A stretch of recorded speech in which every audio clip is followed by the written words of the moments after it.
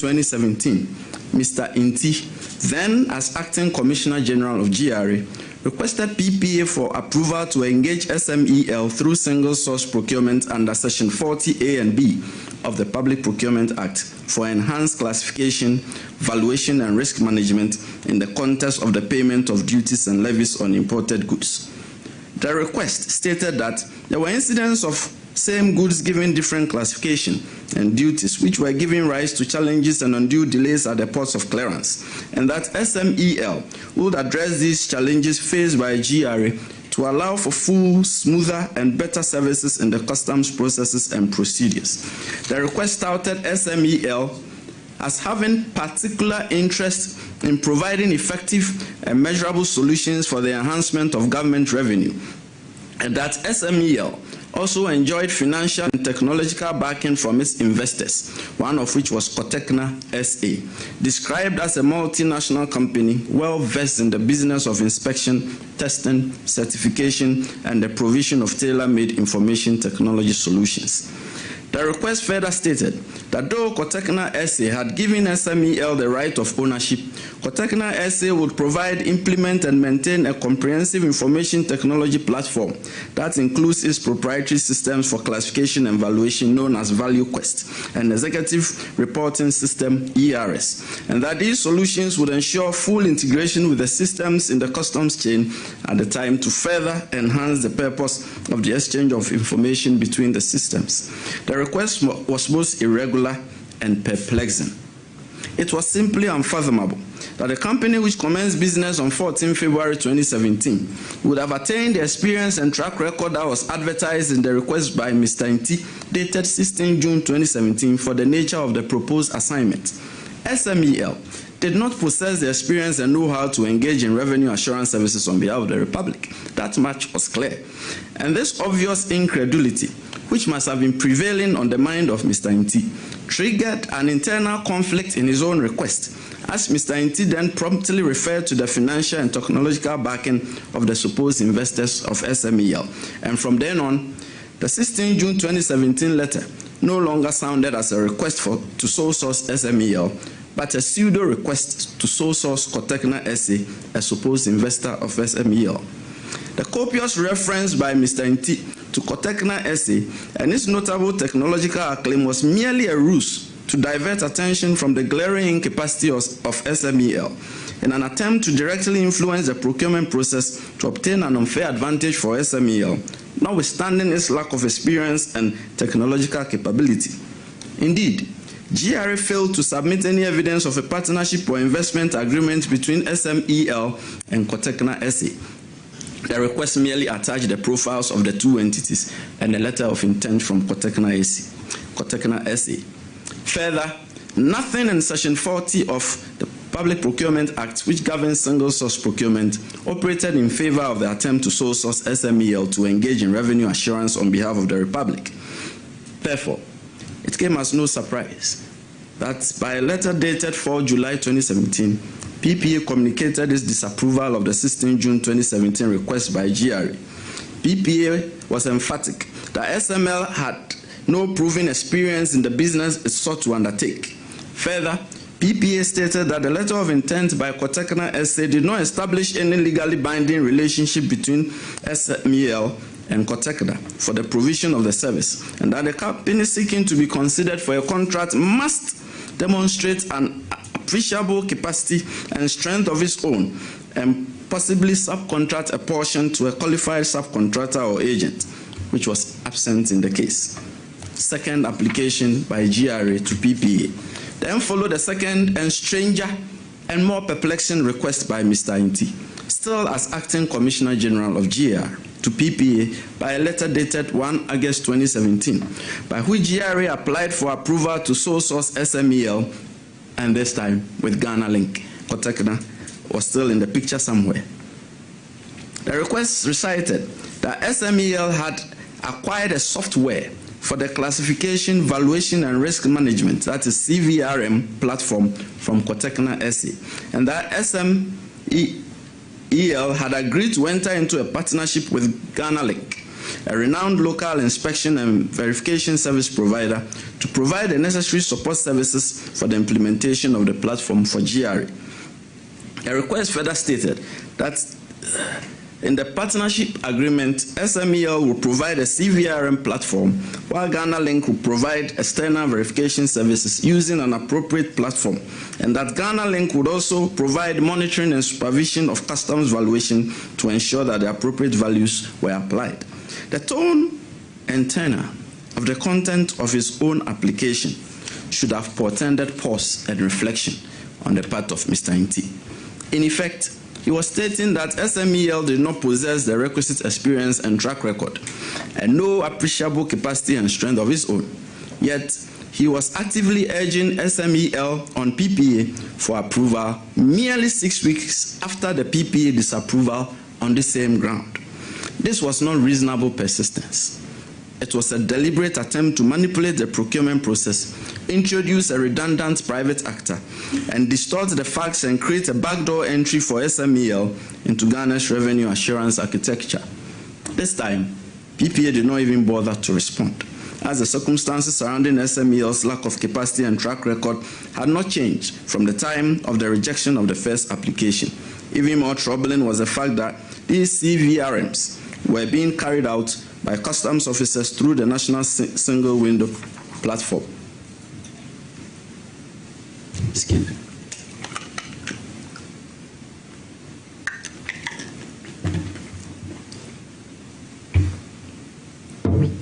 Mr. Nti did not relent. He repeated a second application to PPA. Seeing that PPA had not responded to the second GRA application 6 weeks after the request was transmitted, and the powerful behind-the-curtain chief promoter, patron, and sponsor of SMEL, Mr. Ofuriatta, was insistent on pushing the company into revenue assurance space through Mr. Nti. Mr. Nti repeated the second application by GRA to PPA for the sole sourcing of SMEL and Ghana Link by a letter dated 14 September 2017, which was almost word for word with the 1 August 2017 request. PPA certainly had had enough by this time, and it responded by a letter dated 29 September 2017 and rejected the second repeated GRA request.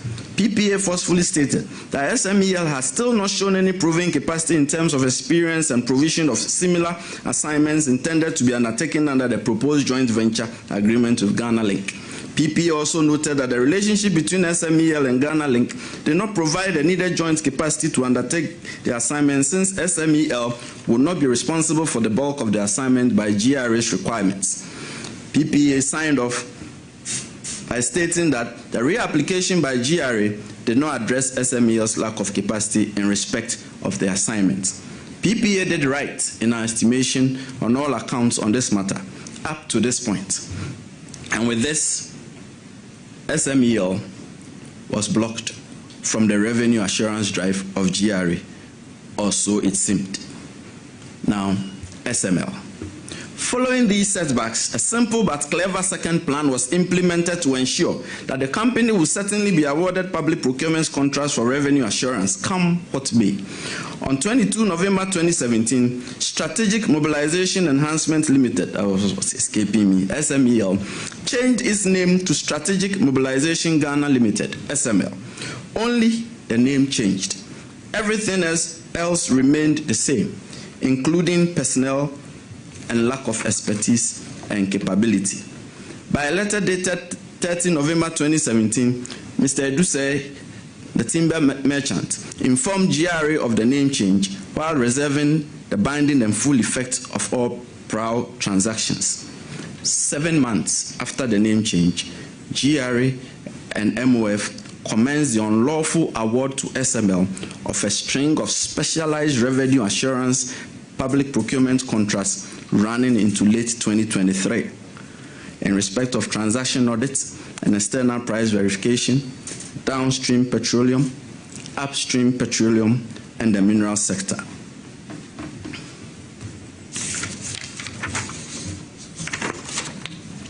Contract for transaction audit services. After the name change from SMEL to SML, The public official promoters, sponsors, and patrons of the company were actively looking for an opportunity to reintroduce the Real Christian company back into their design of awarding its public procurement contracts for revenue assurance, notwithstanding its lack of experience and capacity. The opportunity presented itself in the most unusual way through the enforced wresting of a public procurement contract from a company named West Blue Ghana Limited, through official accretional duress and browbeating. West Blue was incorporated in Ghana on 3 July 2012. It commenced business on 6 July 2012. Its core mandate, as stated in its object, is to facilitate trade reform and modernization programs with a particular focus on ICT implementation and management consultancy. By a contract dated 4 August 2015, the Government of Ghana, acting through GRA and MOF, contracted West Blue for the provision of National Single Window Integrated Risk Management, NSWIRM, which entailed the delivery, installation, and maintenance of the project to enable GRA undertake core classification, valuation, and risk management functions of the destination inspection companies which were exiting the sector by 1 September 2015.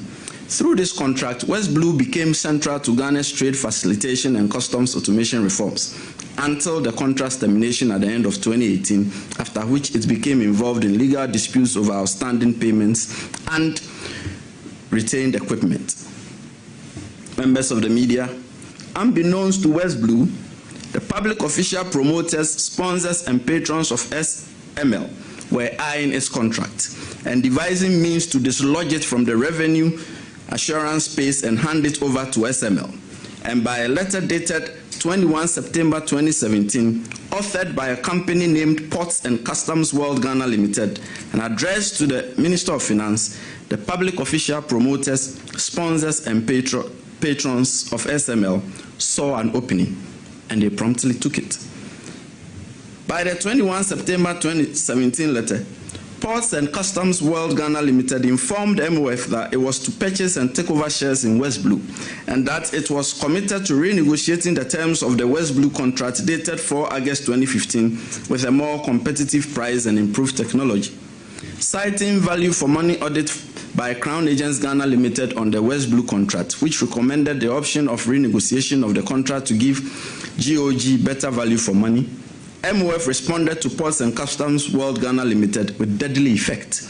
By a letter dated 25 January 2018, MOF stated that it would terminate the West Blue contract on 31 December 2018. However, before the indicated termination, it was going to reduce its contract price. How a cited recommended option of a renegotiation of the contract was drastically elevated to termination of the contract can only be explained by one hypothesis: that the public official promoters, sponsors, and patrons of SML were setting the tone for the unlawful substitution of West Blue with SML without the required statutory prior approvals, and also that the reduction of the contract price payable to West Blue was not a cost-saving measure in the least, but a design with the sole purpose of withering it down, stifling it, and handing its contract over to SML. The public official promoters, sponsors, and patrons of SML knew they could not simply replace West Blue with SML before the indicated termination date of 31 December 2018 of the West Blue contract because of contractual obligations. And more pressing was the reckoning that SML's involvement would trigger the requirement of mandatory prior statutory approvals. Indeed, the public official promoters, sponsors, and patrons of SML dared not return to PPA at this time with a request for approval of SML's involvement, since the only thing that had changed about the company since the 29 September 2017 rejection by PPA was just the company's name. Therefore, these public actors of SML decided to place SML on the lap of West Blue and did in fact force SML on West Blue as its supposed subcontractor on the West Blue contract without the mandatory prior statutory approvals. Thus, the public official promoters, sponsors, and patrons of SML commenced participation in a series of outright criminal conduct by knowingly disregarding and breaching criminal prohibitions backed by a sense of impunity, as they view themselves as all too powerful. First, by a contract dated 1 June 2018, entitled Transaction Audit Services Agreement, and with the parties as GRA, West Blue, and SML, the company, which was rightfully characterized by PPA as having no proven capacity in terms of experience and provision of similar assignments in the sector, was introduced as a supposed subcontractor of West Blue. The recitals of the contract stated that SML desired to perform and West Blue desired to have SML perform transaction audit services for and on behalf of West Blue in respect of the latter's contract for the implementation of the National Single Window Project, and that GRA had agreed to pay for the services of SML. The 1 June 2018 agreement was certainly not a result of West Blue's initiative, and its conduct after the execution of the contract showed that it did not welcome SML as its supposed contractor. Indeed, it was openly opposed to SML acting as its supposed subcontractor. This was not a case of one private entity subcontracting another private entity to carry out specialized services for it in respect of a public procurement contract. This was a forced peel away of West Blue's mandate under the 4 August 2015 contract and an unlawful donation of the cutout mandate to SML by the public official promoters, sponsors, and patrons of SML. Under the 1 June 2018 agreement, West Blue was not the client of SML. GRA was the client of SML, and it had the obligation to pay SML. SML's invoices for payment were to be submitted not through West Blue, but directly to GRA. The only contractual obligation placed on GRA was that it should pay SML's fees directly to SML. West Blue had no compensation obligation to SML, its supposed subcontractor. Indeed, to all practical and legal purposes, SML was not performing any services for West Blue.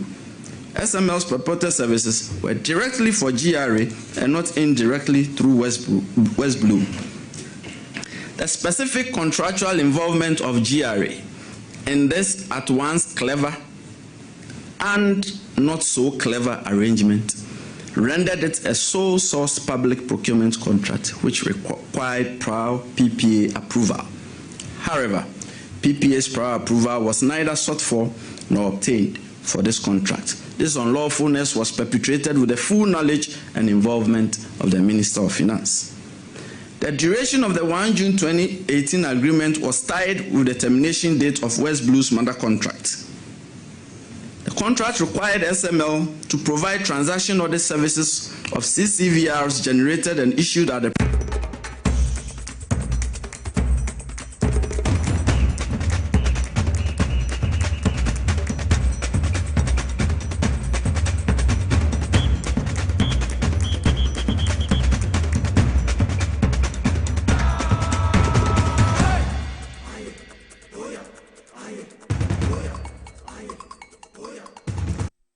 live on TVSYZ and also on Power 97.9 FM. Now Friday, 31st of October 2025 in the year of our Lord. Inside politics, you may be any free and see how Su 37 Abebese Street, the heart of Accra, the Airbro in all the 16 regions across the country. Northern Regional Capital, Tamale, Kesmi, 107.1 FM, Boli and Kiligi FM in the Savannah region, South Sunia Kowa, and WFM. Union Waboko FI Live, our source, 100.1 FM. Zaps FM was Sebilana Pusiga, a wing Panasampa Wende FM. Yonko Central Regional Capital, Cape Coast, Adom Sounds Kremo, Kotokraba Market, Sansuna Rich FM Su, Ekremo, Ewo Asin Fusu, Atoye Mantemo, Western Regional Capital, Takrade, a sharp 106.9 FM, Neziama Elembele, West End, 100.3 FM. If you want to say Yako, a Vuta Regional Capital, who are a global 105.1 FM, multi region stations, Miensa,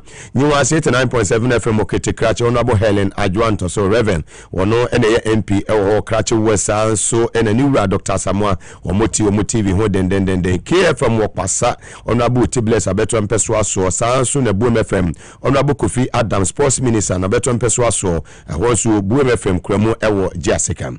If you want to say Yanko Bono region, Tie 90.9 FM, on Soko, in Suma FM, on Cranquanta, Sansun, a Yimianuma, omo amonene London GFM radio ne Fire Life radio mu nyina so efa dwumadi bi aposisi FM awa America memu Virginia so ekwemu ho a enye asemketu akra Facebook live e power 979 TV SYZ Ghana sanso on YouTube SYZ broadcast ni excellency John Dramani Mahama ekopie mu ewo France memu ya woni France on president Macron ekodi nkita ho ewo sabri akasai wakopie mu ewo Cairo ewo Egypt memu ya ono so odi dwumadi bi ho ensem no etesen DVL CEO ya friend say Julius Nikwe Kote Logas sabri ono so de nsem akwakodan special prosecutor na sen na ensem a obeka ofia no se maka kire se efa bribe hu bi nsem no ho ensem no sen na akwakosi Tema Metropolitan Assembly yenua ba Ebi Bright obo adwuma wo ye papa de ne waye ho ensem bebre na nei yabo anu a yede ebrel ewo yin fidua kesi mu ha TVSYZ na power 97.9 FM mubeka se hwan ene di dwumedi ne ho ebrel enei amansa chami amansa nyina de hye Mugabe Maase atankole ga biga the capacity man mena me di dwumedi ne ho chiame ene obetu kofi abusu apanyi enka na list we na nakwisi pokonso obete won kan ene ewo dwumedi so na aboafo bi na te etumi di dwumedi ede ebrel abobo anu bibia wo ene awie yefa aseda kese emfama Mugabe Maase Clinic and Herbal Center omadawro maka ho ene yedu dwumedi ede ebrewo sanso ena Power Specialist Herbal Hospital so emfa aseda PSC emfa mu Victory Garlic Mixture free Dr. Amwako sanso na S Natural Mineral Water Hebron Hills International School Divine Hope Herbal Center mudi otria herbal powder ena eboy Safari Valley Eco Resort omonso eka ho sanso ena Jumoku ahodo a ma beka ho ene no medi wo musu din ebegba betu dwa na manfo so ehun se ne ekoda bia meka se de ofuru bia pa no ono ene epia no lift kit capsule se free Medimosis ene Medimosis diagnostic center Jumoku nyina dawro maka ho ena techre di dwumedi ebe se meti o ma me na me homra ye ba de aka nyina so ebesan ato awso.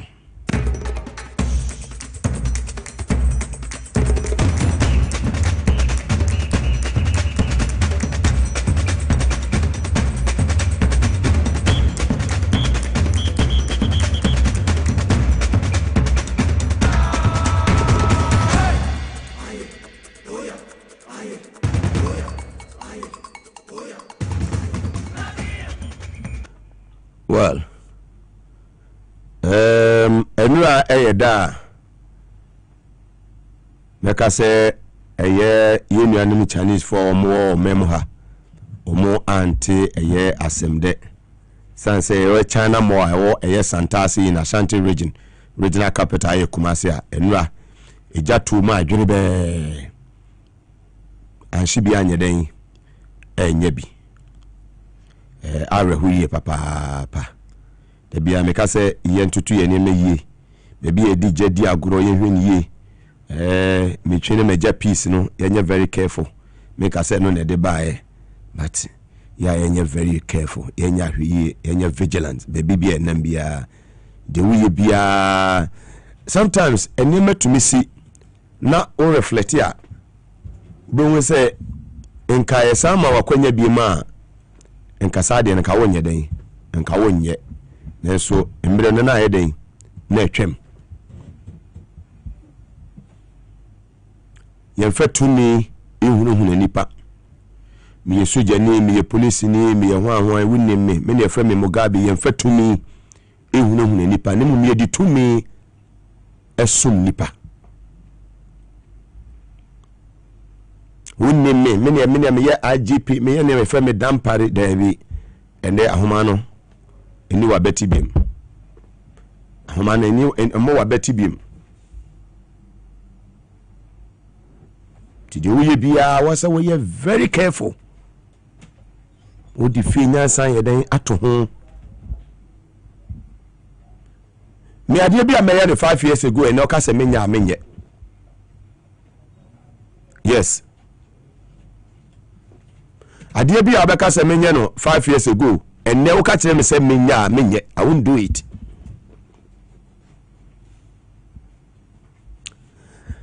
so wutu anamo bia ho tu anamo a se BBC a enye nkwana as a person onye nkwana be affect you ebe affect your entire family, the people around you, your friends, those who depends on you to survive on daily basis. If you are now a breadwinner in the family,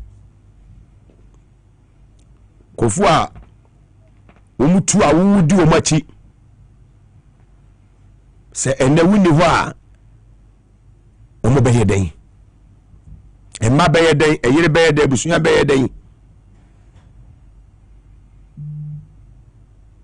ebeye ja se woyere no ma ebedakom na so bia nka esama o second chance anka be correct nso no ebia ba bia kodu ye ne ma second chance enye ye biem patna ka akoma no wobetimi a control temper ama akoma na ye den aba fom na so emotions ne attitude bi o a obi betimi adane dina wokoya nipa ne ho ye wonwa se na dia mi ye mi gina bontina mi ye se eba ye bebo onimonyamfo eye Julius Zebra de ye bebo eye Joma Ahmed ye beka se we Julius Zebra brand no Mugabe ono no ye beka se o Joma Ahmed brand no Mugabe nti me Mugabe me nyeda me nyekura emra wo hwe die si ye ewo eye sampa posini a wono de oje bribe kwa o man sesa ni bi dawo suppose ni betimi age bribe no wasa man sesa. Come on, we see Metropolitan Police of Holland onye way oko France a Paris soja no onye way oko Germany Berlin a soja no onye way Stuttgart onye way oko Netherlands a Amsterdam ne part onye way. But we post me now to make bribe 100 Ghana now sesama 50 osesa oje bribe sesam. Come on, come on, adai die ben kwa na no abra media news na mekase we nti se kamina we to me a kameyere ne memma ene masemu ne abusuafo omu hwewi aba time papa Saturday na se won yesi de service with integrity no way sa IGP we wanya dampare IGP ni bi ba boss wo mu nya dampare ne fa wo go check their track record we mu nyina abahu party boss ya financial approach ya financial we mu bi ni o na omu gu posifo ani mase na so posifo ani ye wo papa ye wo bimo omu ye kroje ye fi bia ni wo mu ho mimi to ebra be say na wo de be ma me ya be me dan me de ko hen me de ko ma hwan me ko explain sai hwan na de ma me yesi ye wade nyina wo kwan na so nyemi nyina na ye dan ene fata yen twa krokro ni de ye holy Quran no ewo mo o se isira nie numi nie onyakopo de ye pa mai ye die ho o se isira nie numi nie hwemu yi ni awope wa bra boy besi ya ye dan if you wada na mafo atam emra hye omunsem soja ni wura ba bia otumu bubo wo bia ya ne ne ope posi ni hia ne yonko a e wa bonti a otumu bubo no no okọ because we posi ni we soja ni sa era no is over. And now we say koko bia e bia nipa na obo no so na so ne papa ye soja ni o na ne papa no kra ne rank ne bia no e brigadier general ne bia wo afei e na wo de wona maase WO2 umu ba bia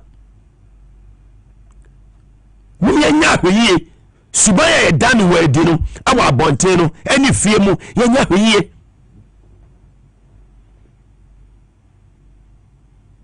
ana na me ra ho hwefonyi omo to twade omo je bribe ana se ya de kwahin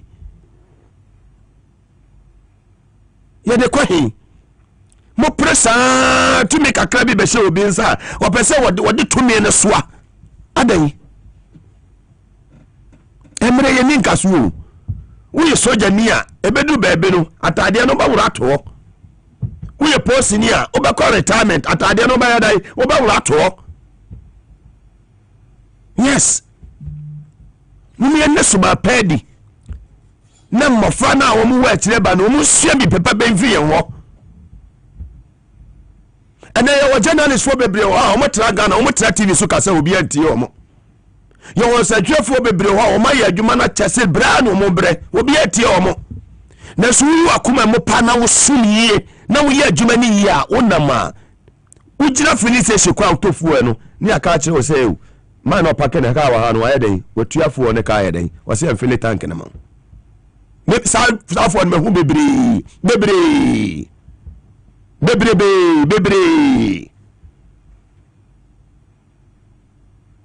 obi kwa tere ka che se Mugabe mantu we nyina no fu ala wodi gu ka mu wo de da bia kofili station metues kana to kofili me so nsa ya me nko eno kwa no ma me sa konya na me ko ho ba ko pa dubu ma me nsi obi cause ni se wo abuse certain things esa na wo ya ye muka de say wo ya ye du frupe aba adai satete brana ni soja fo bo amanfo e wa abontene na atwamo wo ye soja ni a comporto ho respect amanfo e de mamu wo abontene no eye niema bia eni suba bia mu pia abontene de others ni ye monye no eno de mo say hey what you say do before complain for neighbor no we say no why study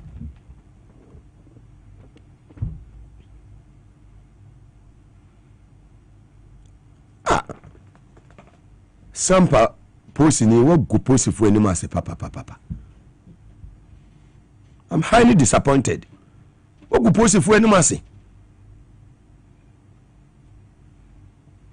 enye nice man oje hande Ghana na oje braba na o man sesa braba ya je man sesa mi hu bida se etimi je braba man sesa yes a sampa posi fu mamu nye biem enye kura yen guase enye mamu nye biem mamefa enonto o say special prosecutor me di jago no so say wa start ekwan oba kwan saa enkosi hwe dada na sanse ma beka na no oka no 3 months ago ade nye yi me so no o ha na kenofo ya takọ yo nye se no ni ha special prosecutor ne maka the more ebe sori wo Ghana na muni se me ade bia me de hu bagim bia ne na chese be bia ewu papa no onkosi onfam onkosi hwe me say watchman na otu fie no na watch no who watches the watchman Kiseja be no na watch no Kiseja be no also a special prosecutor no na watch no ono no why so na waso hesa ni nkrata mu ye Kiseja be no why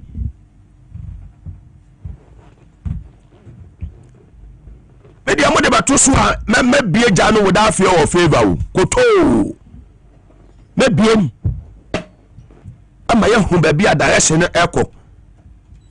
And this would the papa with dear Gura Bugu and Maase. Yabako sa koso, Yabako so sani asayaba, Yabako so sani asayaba. And I could find the OSB and His Excellency John Dramani Mahama 10 months mu.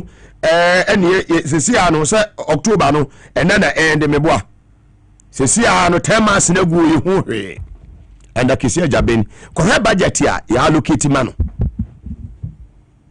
to ko ready fee cash na gu ono de meet me kasa manfo na de che no but wo se mo investigate papa no NIB for mo investigate kisi ajaben no yoko for mo investigate papa no sa lifestyle na o live no wonya free hen no a lawyer ana Akufo-Addo appoint no as OSP satama no a lawyer no ya say no oba be OSP no or declare no asset ana one declare na the case ya say jiwa go no was saying na cruise so was saying say and abide the man say on term of anya najuma yes na ka tua ya saying me say OSP no why and also why they watching OSP no? Who watches the watchman? And me soldier mimija obi atimi numija.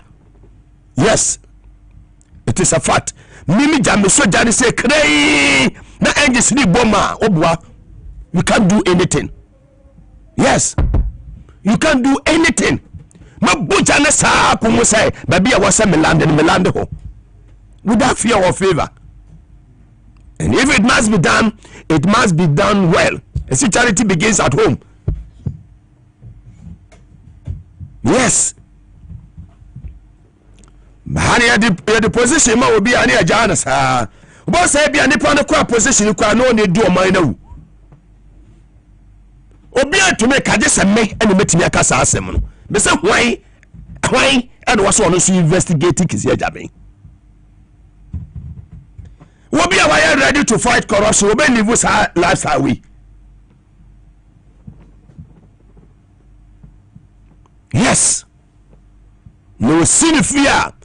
Wasai ama transparent aya first war. Wo hu niam agufi ho. Wo hu class agufi ho. Wo hu apostle fu agufi ho. Wo hu soldier fu agufi ho. No wasai declare area ni nyina as a security zone. No ba people where dia one eba who speak kisi ajabe. Subhanallah. Kai. Waste of taxpayers money. I'm saying it without fear or favor. Waste of taxpayers money. That office, I want some most campus office in the free. Mun dissolve no. That office must be dissolved. Who else me no? Mun dissolve no. Ne free ho. Mu handi bibia to Yoko, NIB, and then CRD. No munyo majuma. We bibia mu handi over to Attorney General. No on your prosecution. This man will see and taxpayers money. I'm saying it without fear or favor. Misu see a taxpayers money because enyan na omu pie call ye no mko didi ye no maya yes I be foforo which I say can offer at want to make ne mai and it is on my sledge massa who ye dedegu yasum ye mu buya sa na wo say abufuo na no hu demonstration na ba be see no.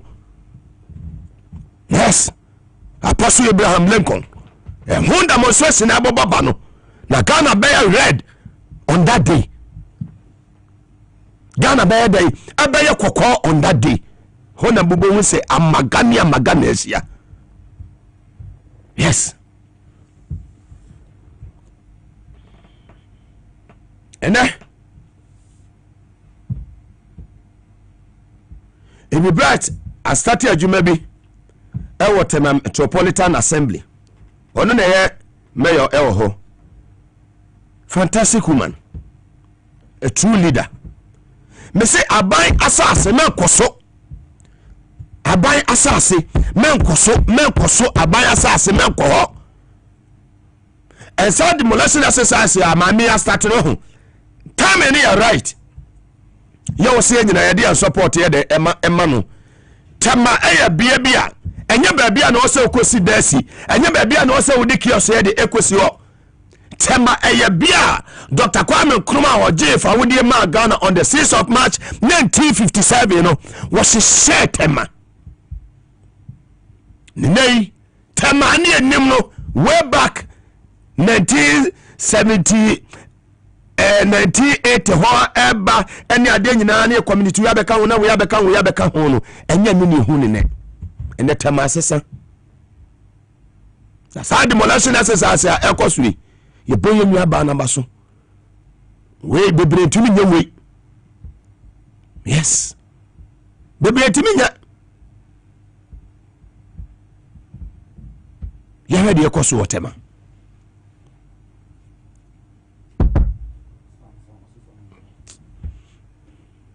So well, this has taken us 5 months to start to roll out actual implementation. The past 5 months have been on sustained engagements. They've been on testing and refining our plans and strategies. We've tried to push a few on a very light level. We started with this kinds of evacuations from our own premises on TMA because we're also facing the same challenge. And so the lessons that we learned from those tests have helped us to refine our strategy. So for today, for example, we're not coming here just to clean. We're not coming here just to demolish. We're actually combining, many actions in one strategy. So every department of the TMA is represented here today. And I say every department, even down to HR, who is here to ensure that all the people on her staff role in certain categories are actually part of the exercise. What we're doing today includes even the repair and the fixing of street lights. So we're looking at security, we're clearly demarcating our zones. So what constitutes our area of the school? We're clearly doing that today. We're starting the tree planting to give the school back its perimeter. We're clearing all the structures around, but we're replacing it by what should be. And most times we're fixated on clearing, but we don't have either the resources or the plan to substitute. So in this case, this is one of the things that we're doing. We're also repairing sewage infrastructure because that's part of the problem that compounds.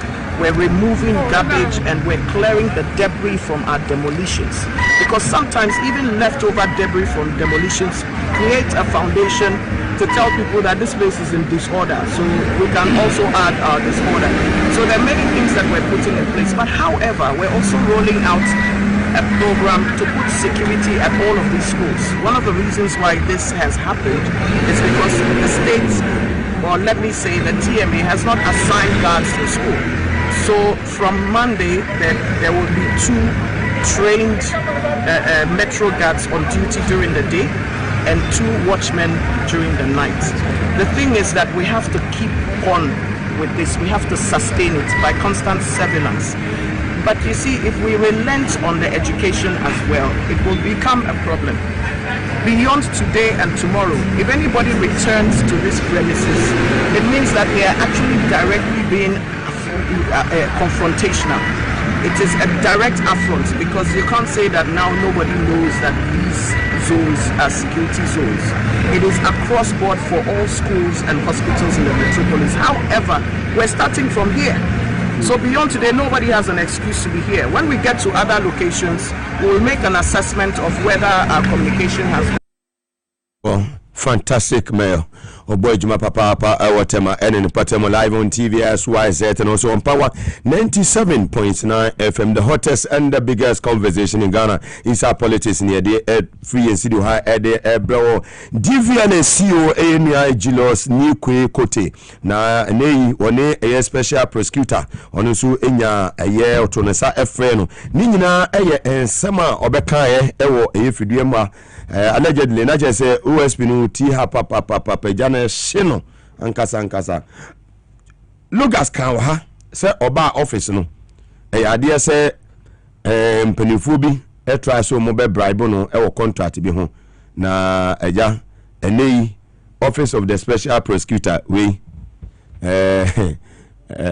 won dia fusi ni ope kwa chicken uforiata maya unko chicken uforiata we 4 million we ba be chase say jana yokufu onyi omadwuma jana yokufu onyi omadwuma Lucas we party man onim de also we operate quarters any areas also work on ya wo speed na we dey ehwe ne course ho ene ma we say big slim ene fancy Lucas umreni o jene fancy ho ache say enye asemketo akura biggest slim communication officer de ma kolekulote abeto ampeso aso eche se wo ma omudi na chi ekoye na che se OSP Lucas de eja wo jene fans ho ye hwe ne ekoso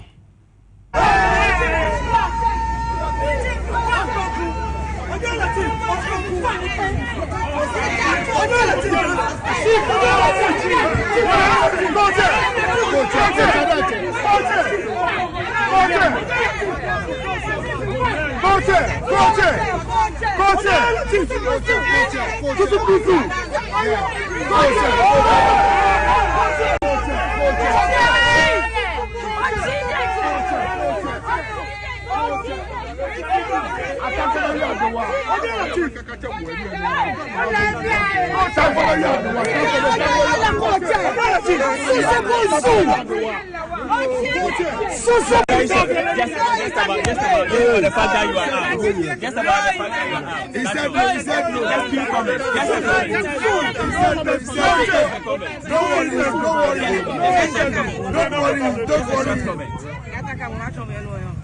So are you going to return here again? Honorable, are you going to return here again? Or that's it, they are done with you. Are you going to return? No. So that's it, they are done with you.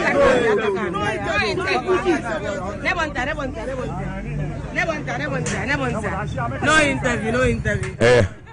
Fantastic. So that is the TVLA boss. Very well. You move on afi. Yenko yen enim na ehwe ekoso ewo asoye. That is a look at school PMO ewo office of the special prosecutor. Oh, makache mu sesa akisi ajabi we no ho. Wo ye obi a ope awe attention seeker. Say when you say ejano ahye no. Here na brate ne betena say I will make that allegation. Na kisi ajabi nye no gas mo sem ne pese wo di ho achimayi o. Enye 4 million no.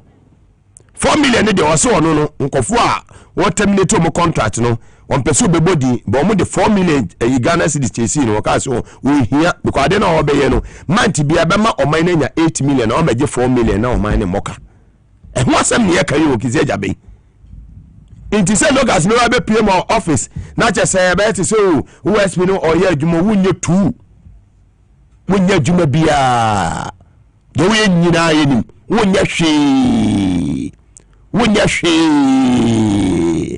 wenyina ya 419 wonya hwe kese jabe wonya hwe adwuma no wunnim adwuma no se wunnim adwuma so ana eye boapaye na woye ana pese o de kanifuri atabeba se wusi wunnim adwuma pa USP na wone MPP for enkon eye nakrana na mo hihye bibia kofake eye ofuri atabre yes woye USP asana kanifuri ata oko enye se jomama na de obayo USP kisi jaben what you see eye kufodo na appointee wo jomama bae wo soto wo adwuma so nti se wonni mu adwuma pa enka wonya makenofo yata enko ana fe wasore se wo hwe kenofo yata ekwara be na mo be yesa concert we akire omo by on my Ghana sa research na ayeye no oh research na ayeye no on my Ghana research na ayeye no enye kwada niema ne yeyo yes nye kwada niema ne jomama wo ye serious president serious to me tell there be na me can say me appointees no which I'm one of them say me who say ade we me ye na begu oman nanum ase me ye na begu aban nanum I won't do it take it or leave it wo be ya me nye me tu enu obi aba na muga world cup me pese me kobie me besa me de me pass me nya consular me ma visa me nya juma wa American embassy me nya juma wa Canadian embassy visa sem ena me pewe me bay wo so pe soldier enti yanka me preku 50,000 wo beje ne wa push ama me emma wo ba wo besa akọ back me nya connection man tie me yie me dia no oba no qualify out of forms no e qualify na eduru ho a okọ body selection okọ medical so no qualifier fe na fe nyina ya Ghana for na se me di ska Mugabe so bra me 50,500 million old Ghana cedis na me di ase ni botom na maje na ma tumi amwa wo ba no na maje na nyakopo ma hwe nyakopo anim na maje usika se emwa me de ba bo obenje o se me gini sika ansa me gini sika ansa na maboa wo ba come on I won't do it mesi ya wade nyina wo kwan enye ni nyina ne fate ya kasi obi wo integrity a eye obi a ni din wo bo ho ban ya che 25 years adwuma we mo professor we 25 years baby amaye adwuma bia ko back na ko check me records adwuma bia ni wa amaye 25 years na ya ma me query letter kurada e wo company bia mu not even a single one both here and abroad yes I was say we dance about pedi na OSP we your OSP a onye serious I was say NDC the leadership penny for the presidency mu bia mani ye pa me kasa angels ne na direct me you mu bia mani ye pa mo hwe yambo mu team no de muti ahwe ho woni bi oye appointing authority mo mari to me no o mo ni na yes we no person tell me say kisi ajabe woni ekufu adon communicate kisi ajabe woni kan ofu ato mo communicate na for na man appointment me OSP no One Gabi Munkasa. Obaso chere me say Kizeja be one Gabi mu ni nkomana. Na ifa no free obey OSP no. One na dey kwatena sa akwanya no so. Yenya kwada wo. Yenya kwada wo Ghana ha. Ana me da bia me ka say dwofo ne ehunehuna wo mu no. Wo betima ye selection. Me ka ho me ye out. The fearless man me na metia no. Yes. Misu obi tena say Monday to Friday obi kasa enko ba bia. Me ba one day na me ka asem ba ko a e be trend sa the whole week. Kiseja be mo sa na mama na mo ho ato mo. Lucas monitor no office onye na adwuma. Onya frefre no. Ku fakenu fo ya tabre wona ye hwehwe no. Untimi intina Attorney General say fa docket nyina ya den bre no ya so mpese ode beko no. Bon ya sa fini ya sa ya bo chaskele ne ba. Be so obi aso.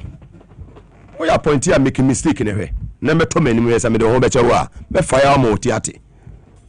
Ya pe joma me yi, ya pe so mani tumpon. Adwuma wura onimonyafo Jilo Zebra me nya de begu ne nim ase. Me nya de begu eye menu apanyini eye Dr. Kaliso se nim ase. Minye die begu eye ni ma melody na nim ase. Minye die begu eye prof na je na nim ase. I will always do the right thing.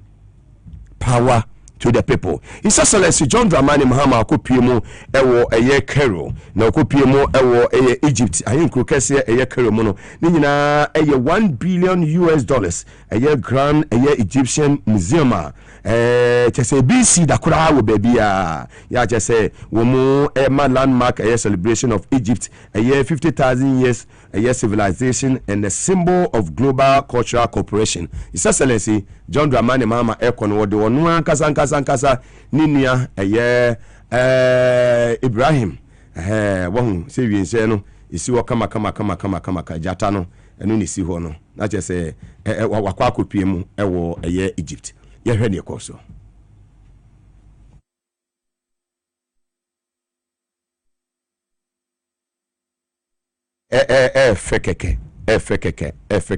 fekeke we obi anyame ahire no yes and yɛbɛkɔ so asevo o my Ghana uhwɛ ne nim na uhwɛ ne tikwa otimu sɛ wo adwen pa ba ko na ɔkɔɔ yɛ no hwɛ ne tikwa kwa wo sɛ onim nyame. What you say? I cannot call him. So we ne tikwa. We didn't say we nim nyame. Papa we ne tikwa na we ne nima. Ne nim kwa tesi obi etiko. Dabi we ne tikwa ne tesi obi enim. Jo mama ne tikwa kwa na obi kwa ba ko ne jo mama tikwa kwa wo nya na ode enim. To be deep bonesa ni sekewia sa na ode koy. Ne jo mama na baby around the globe. International man. Bia bojeneso si ko Japan o be papa yi ye bojeneso Japan fu bojeneso na aya Antonio Guterres UN Secretary General no bojeneso say yes President papa enom His Excellency John Dramani Mahama yakopon sha no onye okese omo ahoden na kra wo yi ade announcement wo ye ne na constitution e Bible ana e Quran Upon American of one, Yakupon in the to about mouth for la Bibri say when you're more than 2 tests, then I won't change. Say constitution, independent church, Nipa science, Sakayu Mani, and your Bible no cross here Old and New Testament, and I'm yes, sir. What Chawana come home? Nanka baby, a dean. A Juman Yadodo. We hear Juman Mani Fredodo. Michelle Mama Boano, Dr. Kaliso Smono, Munyafo Jilo Zebra, Misha Mopa, Minia Brahma Mahama, Diane Munkoso Mo Papa Nechidom, MIA, a couple more, any Minia, a lieutenant Colonel, Isamu, Mummoya Papa Chidom May, Colonel Isa, Mummoya Papa Chidom May, Posifone Bambo 4, a Siamamu, any Mamaka Karinano, I mean, Mummo Jumani. Apo nyame na agi na maye na se kan bi before sa ko bi ma Kagana ka butu na minim dawo sa cement bi ba be duru 82 Ghana cedis cement e ko 122 na minim dawo sa president bi ba cement be ba 82 Ghana cedis na minim dawo sa iron rods ani e to ne 9600 no iron rods bi ti ma ba be duru 7200 na minim da ni etono alaji ho kutuku kwa no so alaji me papa alaji ni yeto alaji yeto system mem no ni ton ba ko bia yeto 9600 enne ko alaji ho a yate so fala cement ni yate so fala sa manfo twa ni sa manfo eto te ne wusi dan na force ne se ne wusi dan wa kufu ado preso umpewe na apede enra enadoa one box na kufu ado time na emente Ghana enra de yawo media mehu na medi hu adanse that one box 50 Ghana cedis banding wire 50 Ghana cedis ni ato ni mente Ghana and kufu ado yes amemo papa no we meka ya no for stations no wa haya nso no muti meka no muti wa no muti wo mu haya no muti ya no mobuofu simunya akwa no e meka nyina ye no kure to ma se sa ankofo ne se obi anti omu biem omu mi da twam sa journalist for obi anyi time o kotie omu mi da twam cause ni futuo mo mu tugu Ghana fo ani mimiti wei mimi NDC ni ye de anya me fa nche dem o me fa ya no saa so na MPP ni ye de anya me de me fa ya no me sha chama huntumi ewo eye o mampanyi dada wanya ne baby ko Jerry John Rollins ni fie abra ye koche ya nua baza na to omu ma me akamu huntumi shi amia no hageme the video is there we say hey Mugabe nti heavy ube kubi ana mi so beba na mjina ho kura me na mechire wo kwan because the nyame pe no ne yeyo the end was as so the yakopon pe no ne yeye me fa me sa kobo aban sika me fa nya hwe wo de ade bre me na no hwim na ase we me say emma o man na kai away bus power to the people yes serve timamufo no mudi tumi ni maye no yen fa tumi no serve wom wona ma bebia traffic light bibiri enya adwuma kufado dwiridwiri kwa no so saa wo hwe saa kwaya ekotesi ni we I mean wona ma obo se we nyina traffic light nyina enya adwuma dwiridwiri kwa so saa wanyawe ena me kwatene se minority for say enhye pan kufado digu akwa mu no ana ma economy ni gina na so mu ye useless minyi ba ko na minyi otwe nya do mu nyina mu ye useless if you nyansa mu ni bi 10 months na do mama better so hye ne mapa no ye fa credit no komo Akufo-Addo na Akufo-Addo no free so inflation e da sen mutimi record a single digit year ben atake obi a only economic background do ye ka economics obi a only economic background ye ma me prof na agino poku agima ya we chairman of the I mean mo kan say committee a omo ehwe yen sika sem ne ade no on ye chairman ya hoda no the economic management team, the vice president and the chair that economic management team no. Nsumo hebe bi agane sika semnedu. When a fantastic man like Dr. Esiyama, we hebe bi sika nedu. Dr. Atofose ye hebe bi sika nedu.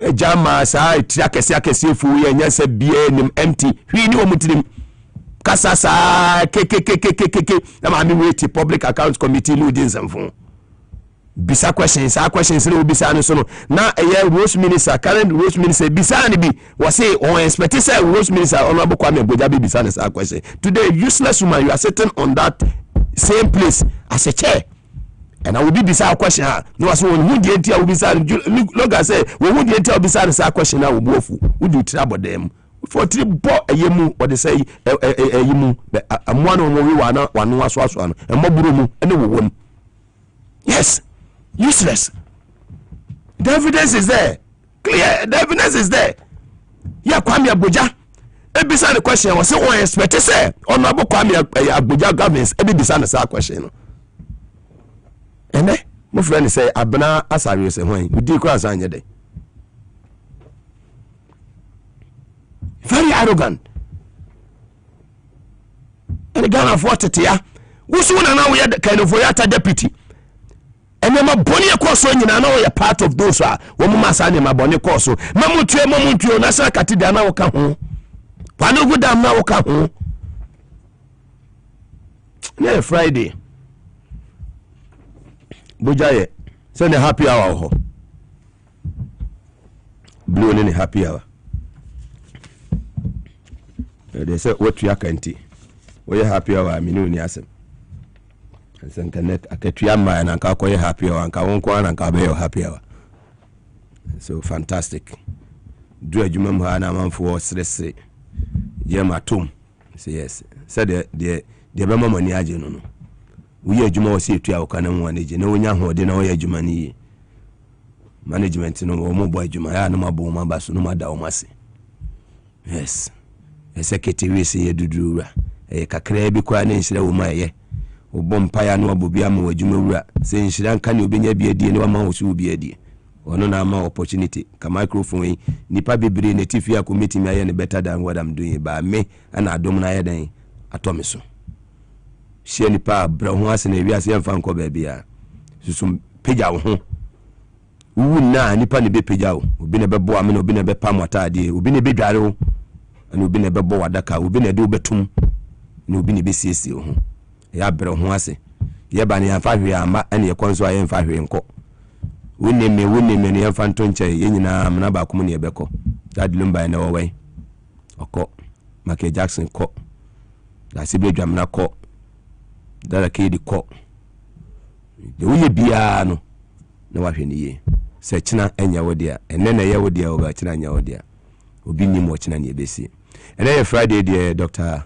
aye Agbozo aye Krado champion Agbozo ene 31st and they the last day I award the month of a year October mo Mr. Memana Mr. Mo ni for no monum so amonum in a romantic way be ma monum no for na monum no for no man nyefe what you say Kevin Asante was a monum no for no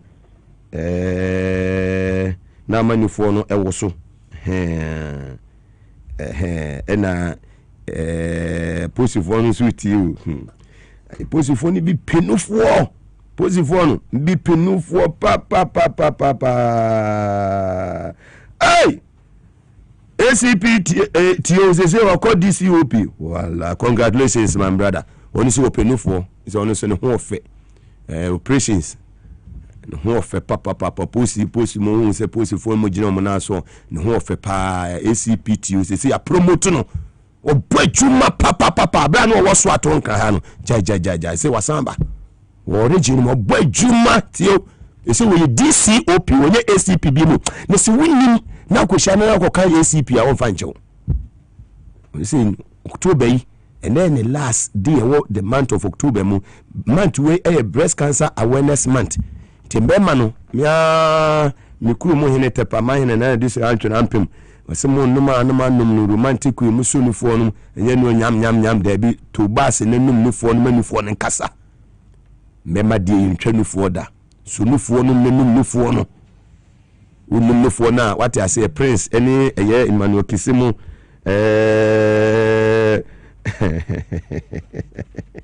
Peter any eye ma we say Emmanuel Kisine eye Emmanuel Nati omoje eye otwa heba pa oda ne bi anam say hey Emmanuel Nati na okwa awonum otwa heba pa oda say na wotie na wasanum na Kisi so agibi na Rafo so agibi na misa say Rafo de koyeden me won say Kevin Asante agibi na odi ko leave Bugnatus man very well kuku I say there I'm call Dr. Agbozo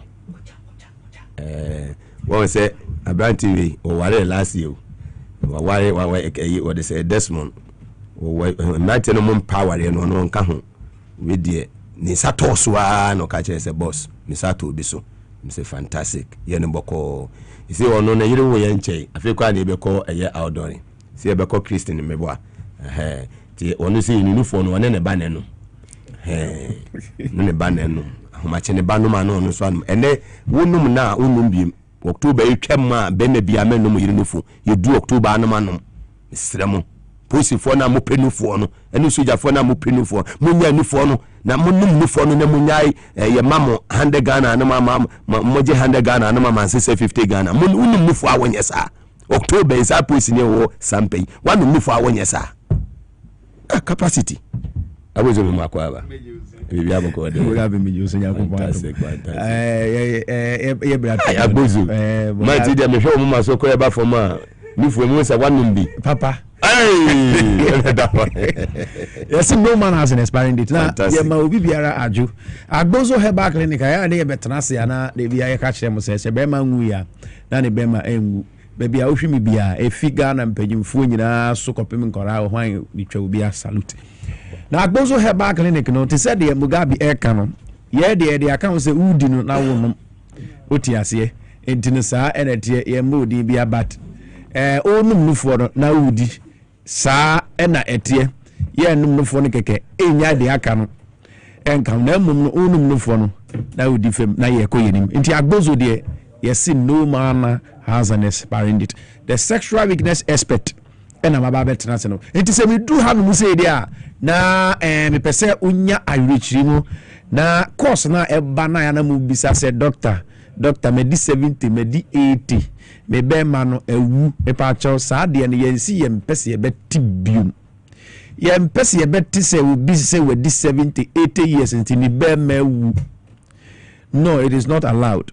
Agbozo Herbal Clinic no the name ni say age just number na mom no say unyini na sesaye bia ba onipedue no mu a ye friend ailment ana say diseases ana sickness. Eti ye no yente aseye mo ni yehwehwe mu miehunu se te be ma wu nyini a na hormonal imbalances and hormonal changes ba ni pedua no, especially in the males no, we call something testosterone no esha aseye se ba from a enti produce enough hormones a would be a good erection no tin na mema no bibre na mudi from the age of 50 years kono mo se mo be ma ewu. Me pa cho Agbozo Herbal Clinic here say no man has an expiring date.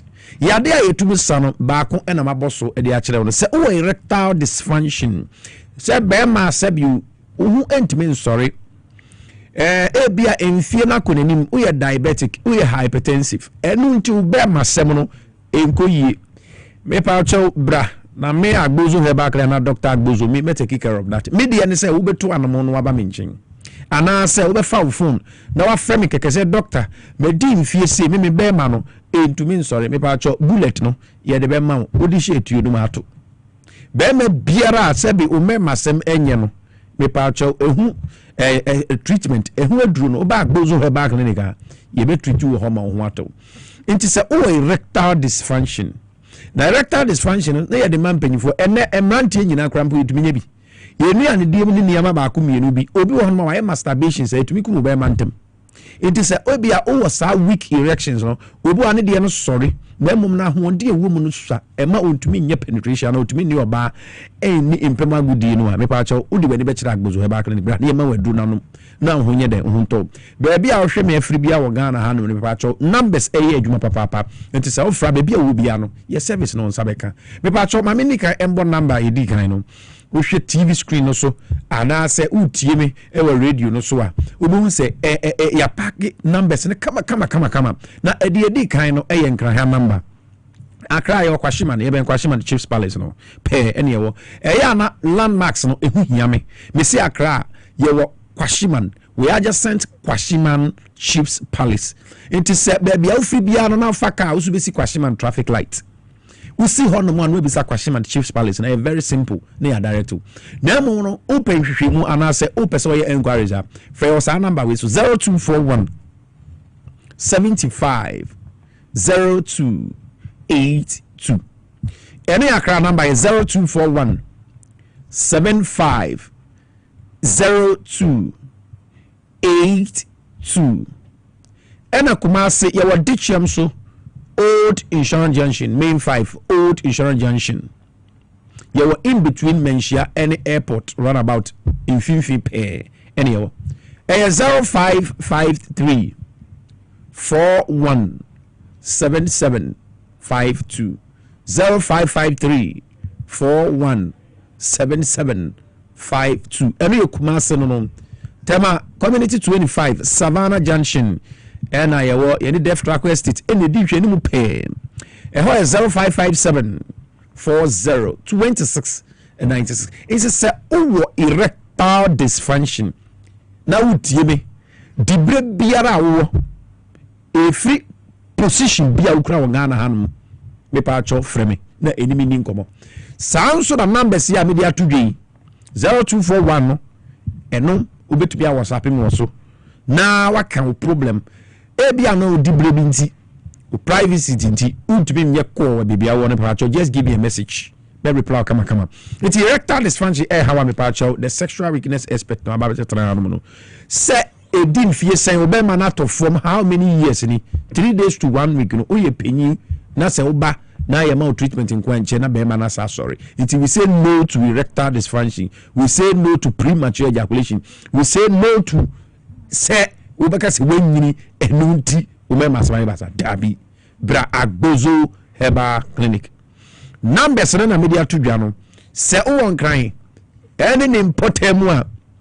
0241 75 02 82 0241 75 02 82 any akra ena Kumasi 0553 4177 52 tema 0557 402696 ena wokokobu uja udaya na wokokobu ne piaba upia kushim moja eba oyoba oye bema na wasa problem na pepa cho Agbozo Herbal Clinic be mu adura mo anum ni nyina beko ena yade a yesa hwe wo ya hwe hu bi mu ne se obi a wonsa no nan etititi edu anajo a untumi na ubonse edu anajo na opegya wonan ana otiri wonsam kura entumi nko wonsan aye stiff onan aye stiff pepa cho ni nyina de be Agbozo Herbal Clinic be mu adura mo anum sa ya de nyina no ebedwane afri onipaduem moja no entumi ni afrusa ni yie kra se moja no entumi ni afrusa ni yie a me pa cha de ohia ne se ba Agbozo Herbal Clinic na waba yenchen no waba beji treatment e wo yenchen me pa cha yade biara e hawo ya modri no udi we ne be kire ahwe ye be ma wadura mo anum me pa cha nti se bia na wuntri no emu na asisie anase bia na moja ni afrusa ni yie enu nti ema wani so ebriu onante kakra no akoma ebo periperi eye osetnase obre ni nyina yese pepa acho obeba Agbozo Herbal Clinic ni ahwama enti numbers no na ebu screen no so no ye adwuma from Mondays ekokopim Saturdays ye share adwuma 7 o'clock am anopa na yapon 5 pm na Sundays no after church pepa acho number no ebium safa mo amuti me radio no so nti 0241 75 0282 any akra kwashima no 0241 75 0282 me ba cho ewo Kumasi afre number we sisi Kumasi 0553 417752 eni o say crew member ni nyina the sexual weakness expert and amotimi kan ko na kwaji wa yaresam tema 0557 402696 Nyakopo admo china the Saturday Sundays after church Monday Tuesday Wednesday Thursday Friday ni nyina ye adwuma de biara da clinic no ho a ye rane na ye twem so beba na do ya de aba prostate enlargement de bia me bom kokko se wo be ma na prostate no from time to time every 3 months and as 6 months bia no e was so kokko check na se wo nko check signs and symptoms of mu say prostate no problem e ba udi from the age of 30 e corner and a prostate no every man is at risk beme biara wo hwe ni bia no prostate enlargement no the probability say obenya na 90%.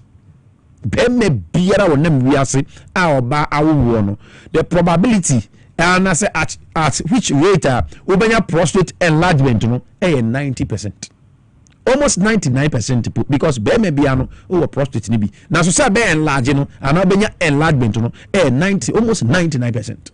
It one when ye now prostate in fa when you be ba so no okoju so dakora entumi ma na se prostate enlargement na ebe mu a de ma nhuni ukogina ho no mu a udile ansa na dwonso na ba ena wo se o force no o pushi kakra ena wo dwonso awtumi se e ma bebre e bakitu e bi etimi so na ejai na se bi mpreduasa ukotena se kakra na dwonso no esado ubo se bia wa awtumi se wa ya se kra no ye wo ya ena se etomre bi na edu na se wanka ho kra na dwonso no pese ba nso kogina wani nyina ntumi ma these are all signs and symptoms e ma hu se prostate no problem ya ye de e ya ba ho nti from the age of 30 years ekwa e was from time to time 3 months to 6 months bia ko check prostate ade ye no agbozo herbal clinic nti wo kira Nyankopon ya adom iko ni nyina no bra na wo sa signs and symptoms ya pepa acho ye behwe ne am odo be no prostate the glands ne be shrinking back na watimi adwo so normal ena emma no infertility ana say menstrual disorder no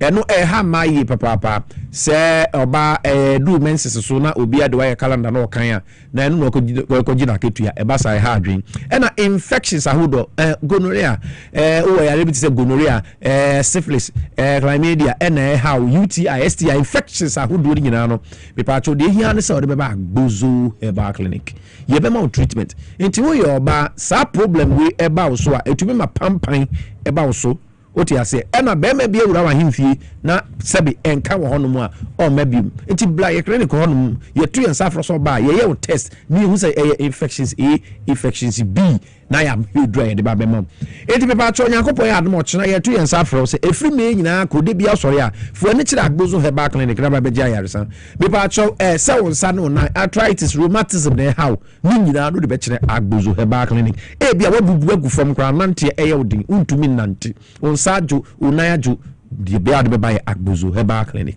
me pacho me bre no esua ya de biara mentumi amodi fa number na to boasa na me WhatsApp messages na me reply me sorry no na me the numbers no tudwa me born one by one no wafa enti utwra fa number na twra Agbozo Herbal Clinic na Agbozo AGBOZ ufaka ho na wa me frame bisa sem pacho ho ani enti Accra number no 0241 Agbozo 0241 750282 ye ben Kwashiman Chiefs Palace ne pe ena Kumasi ye Kumasi DCM so Old Insurance Junction ye were in between Menchia and airport runabout hono sa kwan no hono ena me chintu ni Kumasi ya wo mabim so Kumasi 0553 417752 to America na ko hodo ko jayarisa 0553 417752 and at tema your community 25 Savannah Junction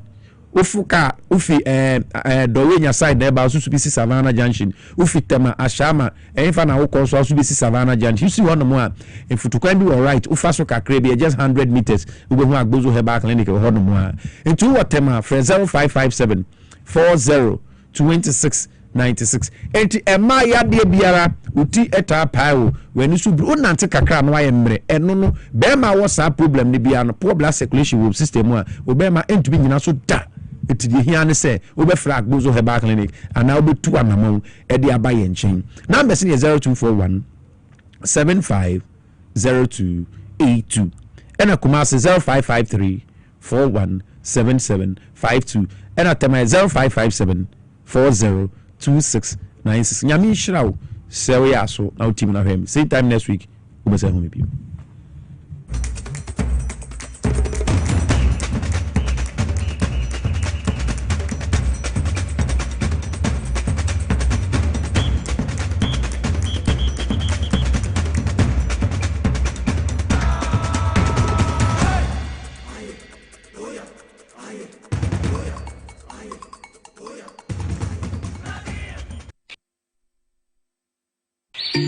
Now, let me tell you about Safari Valley Eco Resort, the first of its kind in West Africa. Upon your arrival, you are introduced to a butler who plans your itinerary. We were surrounded by wildlife from the moment we entered the eco park. So many activities, all in the same privacy. Visit the gym or the stables, they have it all. At my break, I'm able to practice my putting. We also went fishing on a man-made canal. Our tour guides taught us so much about the wildlife and how to interact with them.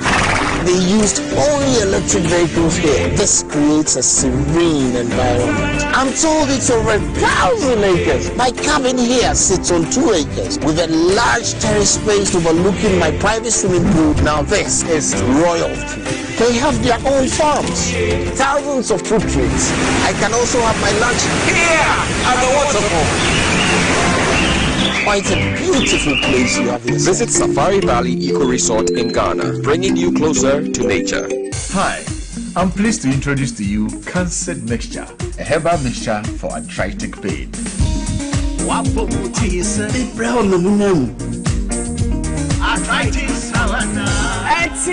me.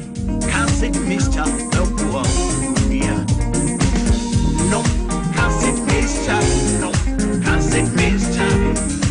Yaruba Biana Nudru, Moria, or arthritis, cancer mixture, obey your juma when you put your inside. I'm a face in the grand. And into the Vienna menu on your map, you for in your button, a woman, one menu. First, baby, I'm from one Sanka, Senior Susan, Boliviara, home doctor, and I report to FDA Med Safety App Nodo. And Katui, FDA App Nodo. Ah, now, Eddie and I obey ya, or that for my son here from me.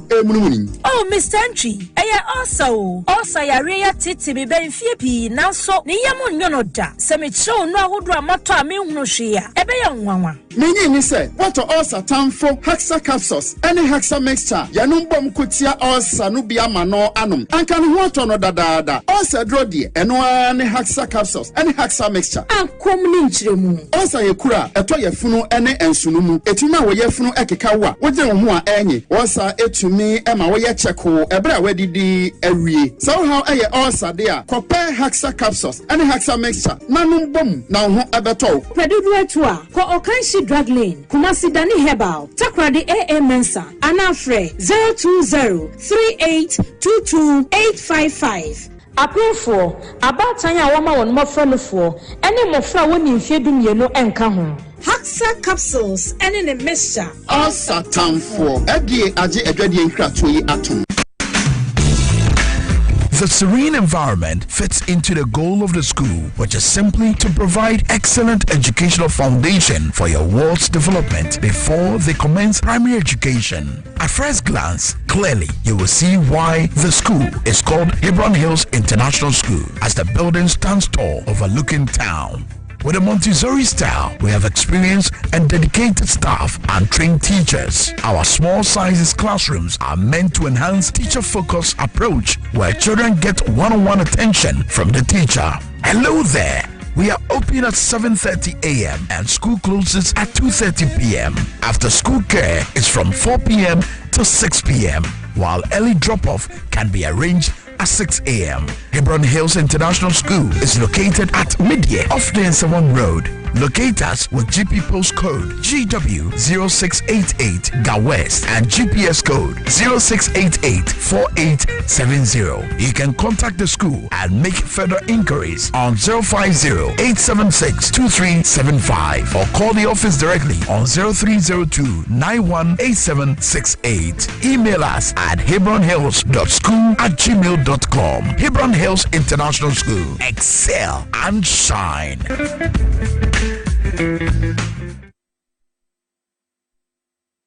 Obrabo eye adwumada eboa eyam aduane eboa eyi insa free ni peduani na eboa woni pedua ma etena ho yi nanso woni se niema a yedi na ye no timi ma brabo ye adwumaden sen pote mehunda me brabo ye adwuma pa ebia se mitumi ye bibi boa me brabo ani and waiting what the left feet from the Moses Clinic, we have our center about herbal food supplements. We see the barber, ama a year jumayi. Fatopa yenu, and opani and you may. Now a broma berbo ye jumayi, sending a beya, and bits me and yam a jania woody, and sissy pijanimo, a you moving see. And no, I'm a brabo here. Ubenya Left Kid or pharmacy, herbal shops, and supermarkets are a bell. Sawopa do us with 0244 068447. Left Kid, one bread war, one pedia. A dream any mapping for a ma emma or man for, make a for our 1 year in fear to me. FDA JD Kratui Atum.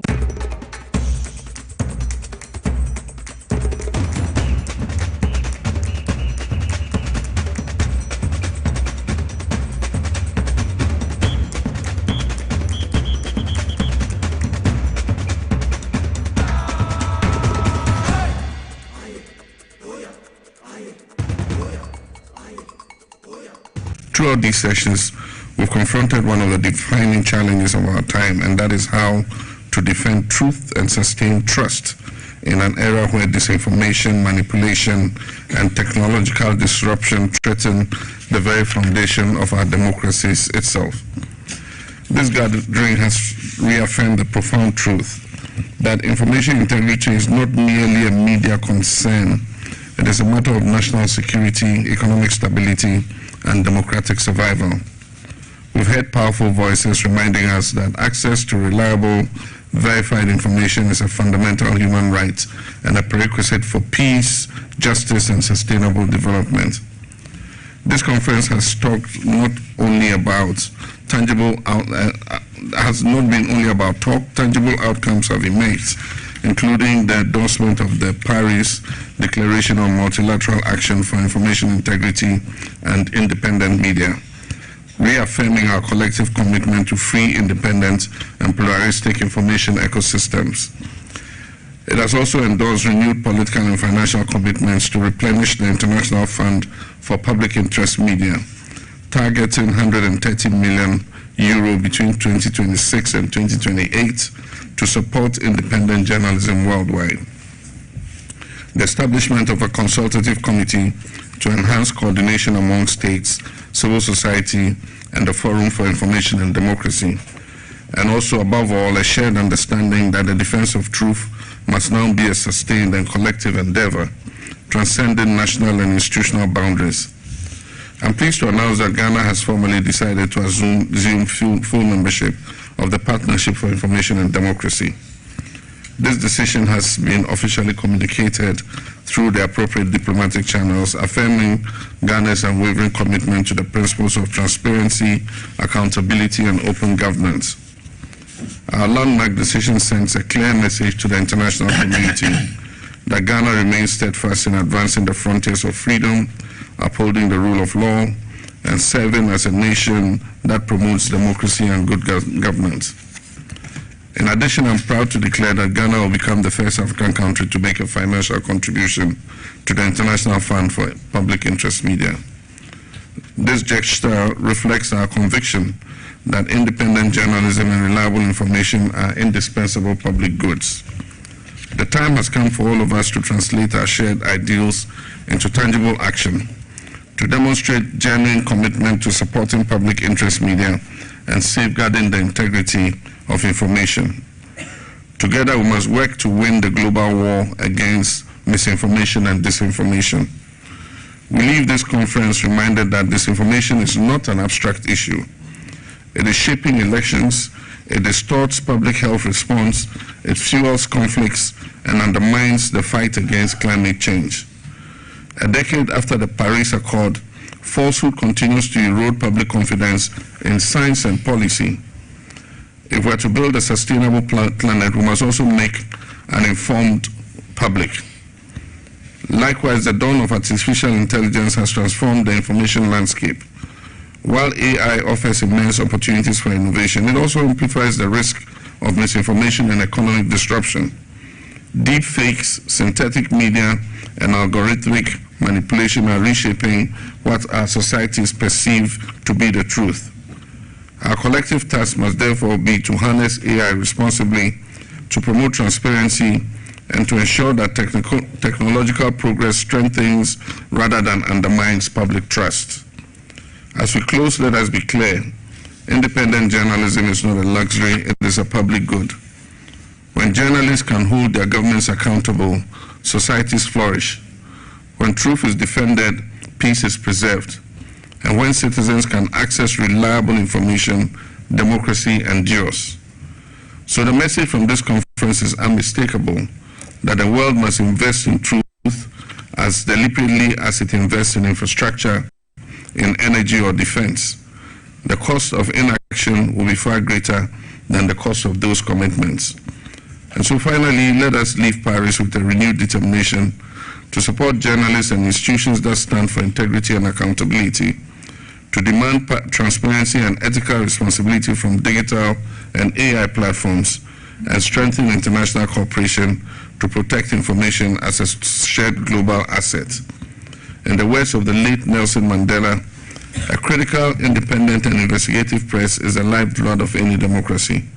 That conviction must guide us as we translate the outcomes of this conference into lasting global action.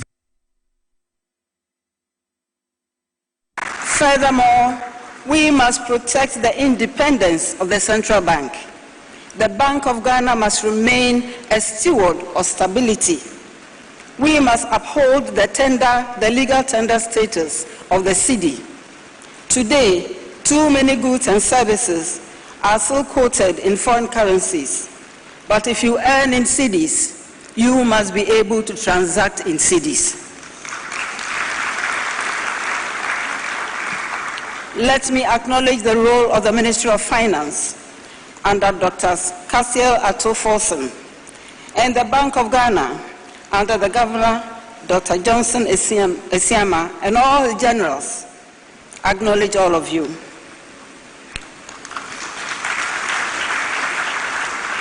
Through tight monetary policy and engagement with the public, the bank has helped to anchor expectations and restore some level of credibility to our markets.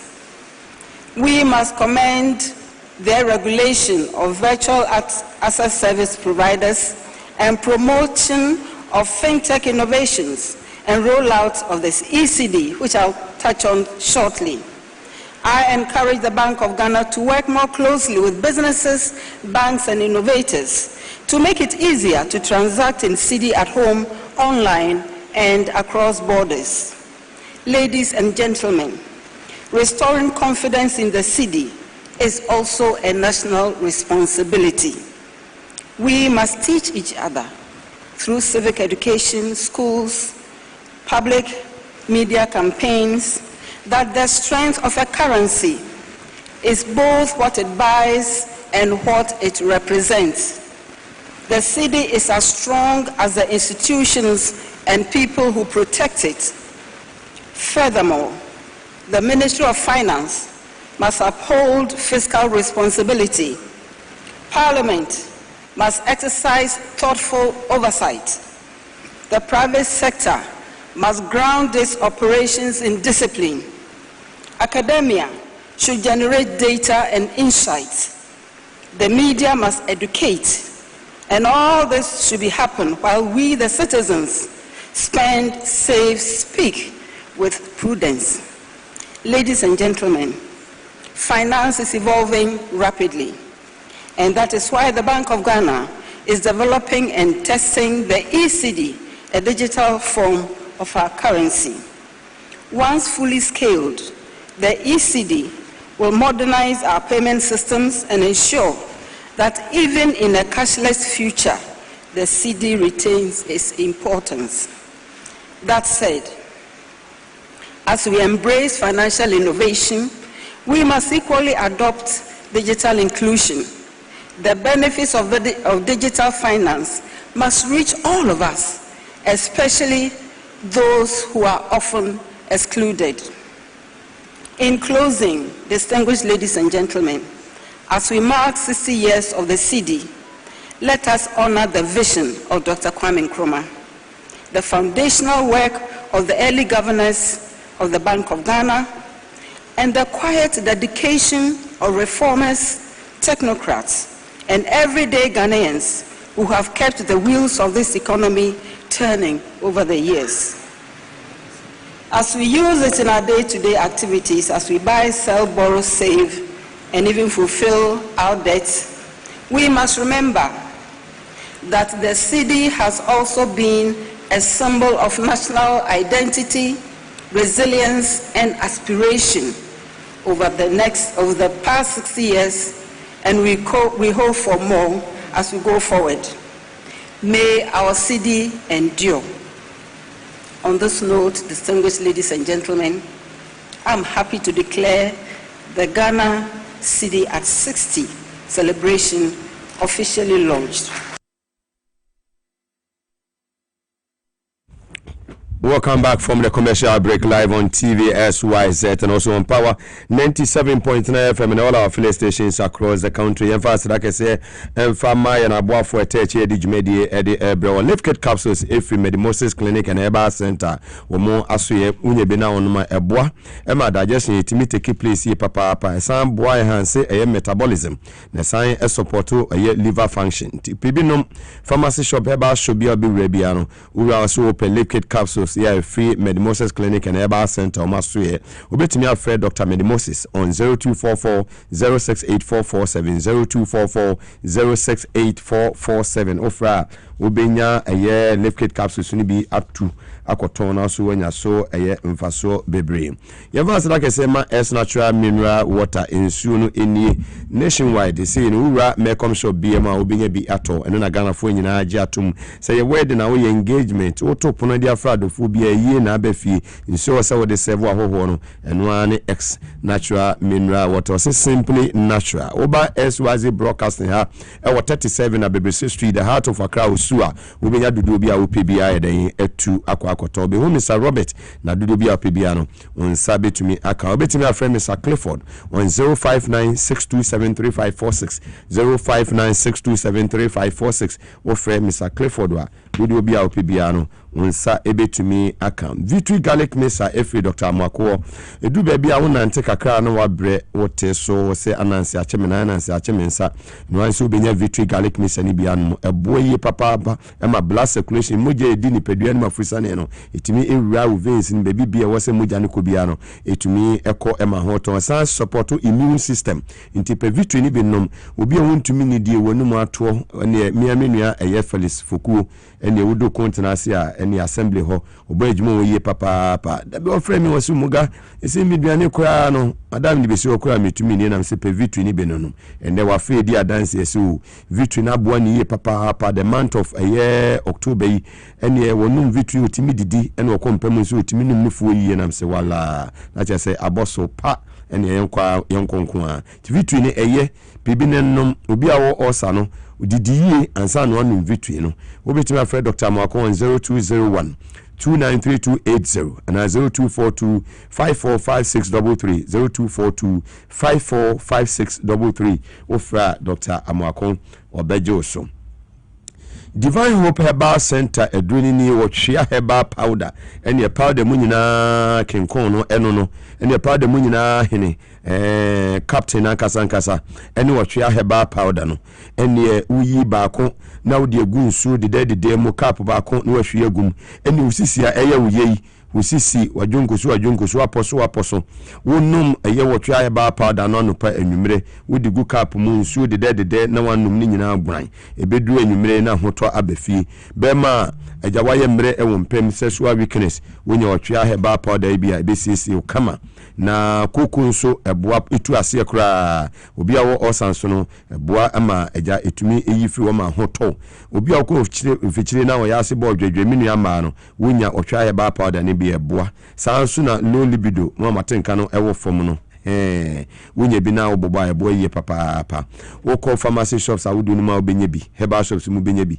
nemum wo me ahodu ya mebubo ni ya se koforidu ani wura Gapsen pharmacy wo call sunyane so a cap herbal ho House of Drugs ewa Shaman boache herbal so boache ansa ewo Cape Coast na boache herbal ewo Tema ena PK gumbila so watamali obetimi afre eye wo twa herbal powder foi ewo ahomato foi so 0550 639037 0550 639037 ofra omo ebejo so Safari Valley Eco Resort eba wildlife experience omo ye number 1 wenya eye ebusuani nyina boma ba be share say Christmas ebe no wadi ka buku in advance ntesa okwa obidu ho na hwa yema nti buku in advance sansa amanfo fi South Africa ba amanfo fi Kenya amanfo fi Ethiopia amanfo fi UK France Germany Netherlands and the Scandinavian countries fi say Finland Denmark Norway omo ba hwa environment no kama odu wa a very very conducive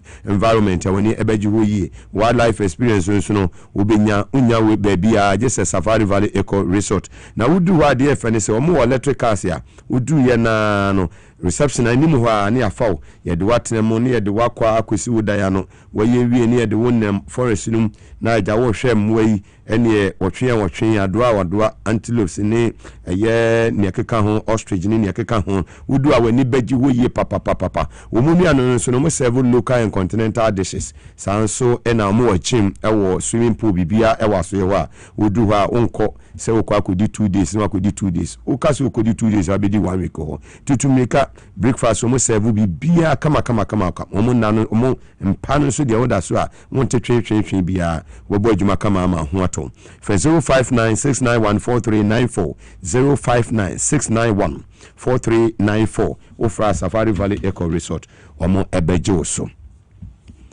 Power specialist about hospital yamami edu ya na free was a hepatitis A, B, C, D and a yi bi na etete we fatty liver e sciatica e prostate and how many abema wonu penny baby na atechima we oba e ulcer na hawo compost minu abema anasa e fibroid emba no esa na abo na sia no kwan tutumirika ne ko mami edu ya ho obebo yi papa yamami ukota krade a wo anaji estate wo ben anaji MA primary school no enkra ha kwa benya kwasi ACP kwantempono so na obihunu ene kumase eye free yase ligbosomtwe eye continency aputu jakwan so a woni Jesbo filling station ni di nhwe ni mu fe ma mi wo 0244544422 0244544422 fe ma mi a obeje so kama na bibia so etumi akonkan ede ama eye o ye fast da kese ma eye Medimosis eye diagnostic center Medimosis Diagnostic Center.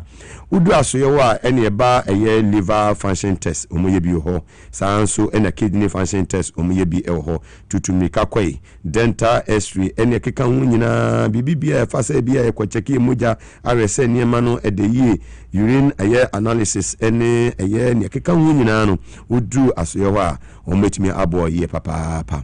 No bibi sa se Medimosis Diagnostic Center hin omo eye a dental barrier.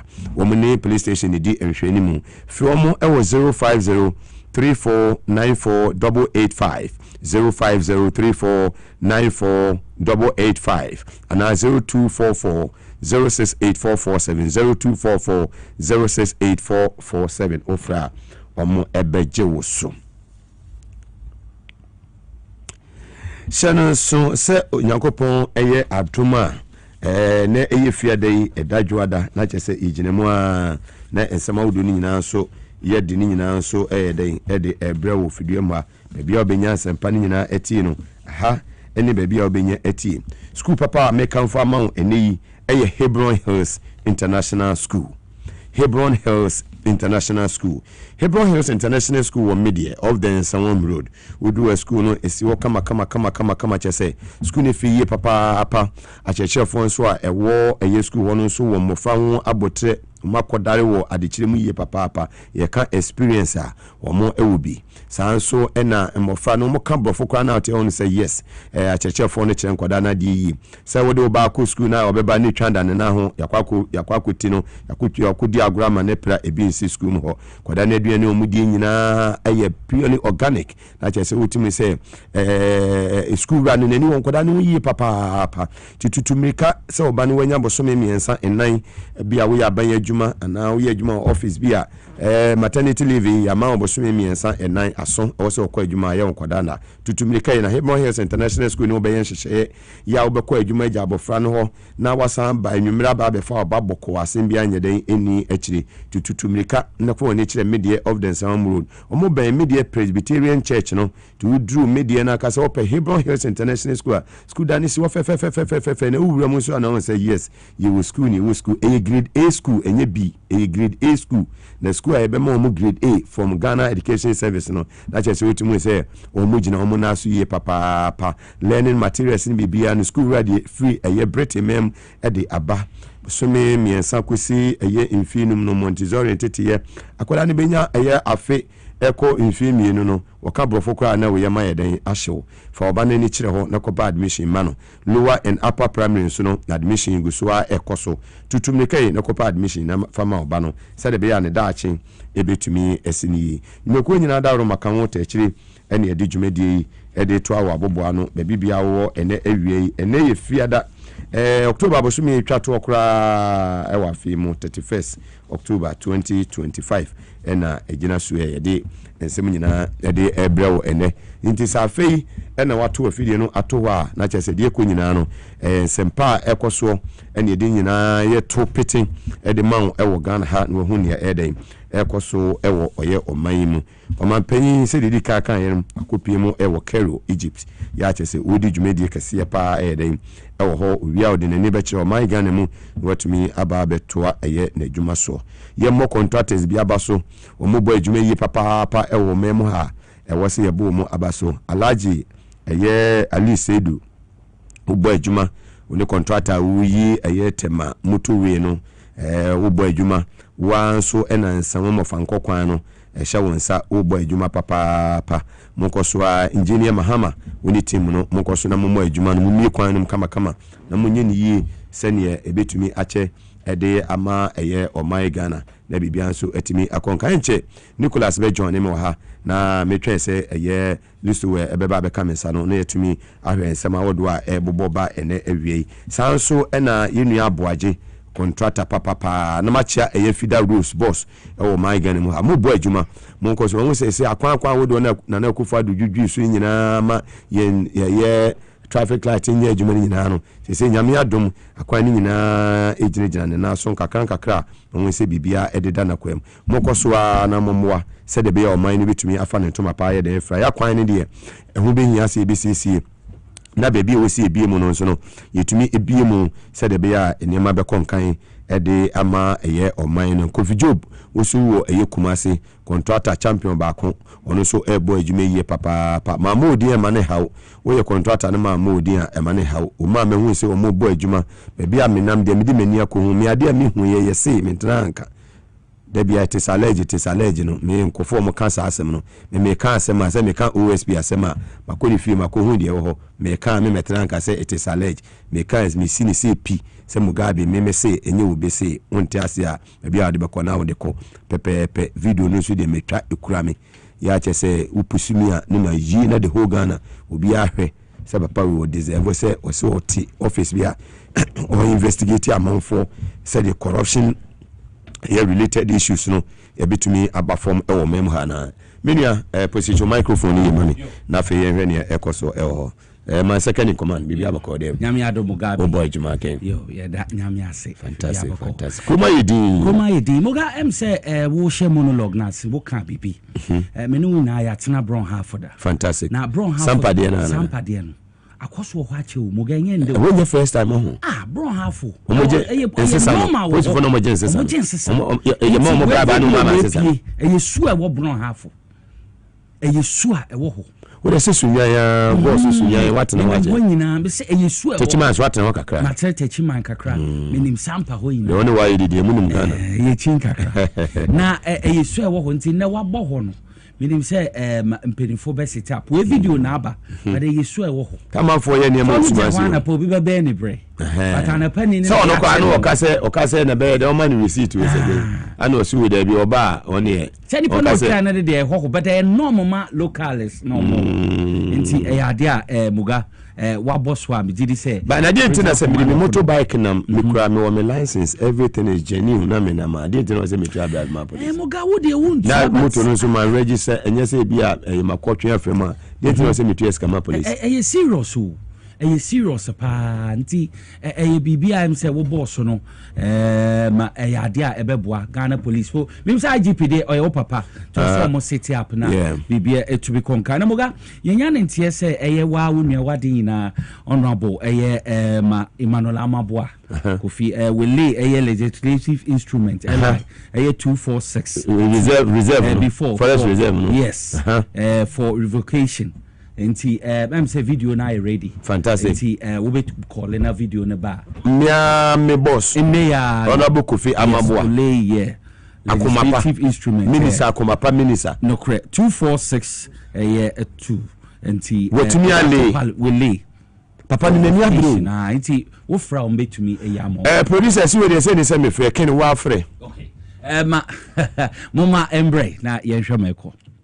If you recall LI 2462, which was enacted in 2022 to ensure that environmental management principles are legally enforced in mining operations in forest reserves. It was obviously a public outcry that led to an amendment of that LI by deleting Regulation 32 to effectively limit the powers of the president to allow mining forest reserve. Obviously, that led to the new airline 2501, which was entered into force on June 2nd, 2025. However, in the light of continued public outcry as a listening government, and after complete consultation and review with experts, it was very clear that we could completely revoke that LI and to use the guidelines that was enacted in 2020. And so that's effectively what I've done today. And it clearly must send a message that this government is committed to basically ensuring that we continue to protect our pristine forest reserve and our environment. We are keeping our word. We are showing Ghanaians we are committed to protecting the environment, to protecting the forest, to protecting our water bodies, and every step we are taking is clearly in line with what President Mahama has been preaching. That was the Lands and Natural Resources Minister, Honorable Emmanuel Kofi Amabua, MP for Elembele, Onamote and Kano. Listen to Abada, Ken. Enyafa. The Kufa do need some running by. And as you Mugabe Yefu. This is, you know, I feel you say President were committed to fight against a Galamsey, right? I reset your my Ghana.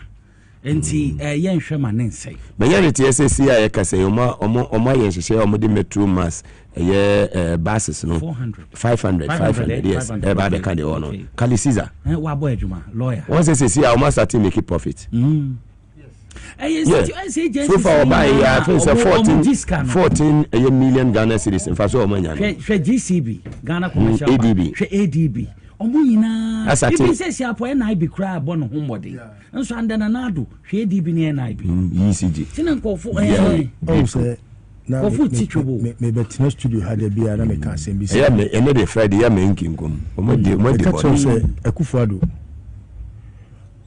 wa ma meye oman we yie ba so be pema mpani adi ni nyina ne say e wo say making sure say everything public no about private into all state institutions are not enough for so the Mahama first term no we making sure so about privatizing no there is not a single state facility and institution there which will declare profit at the end of the year and Akufo-Addo omunyina aboka ema sika omunya yenso omusa chediye. A very typical example, a Ghana Airport Company. A binding the CKSC company, your friend is saying, Terminal 3. Terminal 3, and your baby, a friend is CIP. A Hokofia Santi baby, a 2 year family. And what did you see? If you were more private jet, if I'm on the Bagana, on the Digi scanner, I don't know who says me about Julius Malema Bagana. Or best yeah, South African. Yes, it made me used to well. A prominent human being in my capacity with Amini, I'm not qualified. So me wear CIP because a whole Kofi Asante be there to you. Na dia. Abaya Japadio. Until there was not a single company in Amfaso and Akufo-Addo. So when I tell people say the way now you treat the XY regime no with kids gloves no. A bedroom baby no impunity be set in because people will feel say oh say me your money grandpa yeah na me hey. Meanwhile this is the crime against humanity. Say nipa we na ya de na nipa ba ko na busua appropriate say ade ye nyina ya dia ama omwadi musika from 2017 to 2025 January. Company by the name so. Yes. Meanwhile, John Mahama Ekono, Ghana Airport Company adding on one balance sheet and a guarantee for the loaner of Terminal 3. And it was supposed to pay for itself.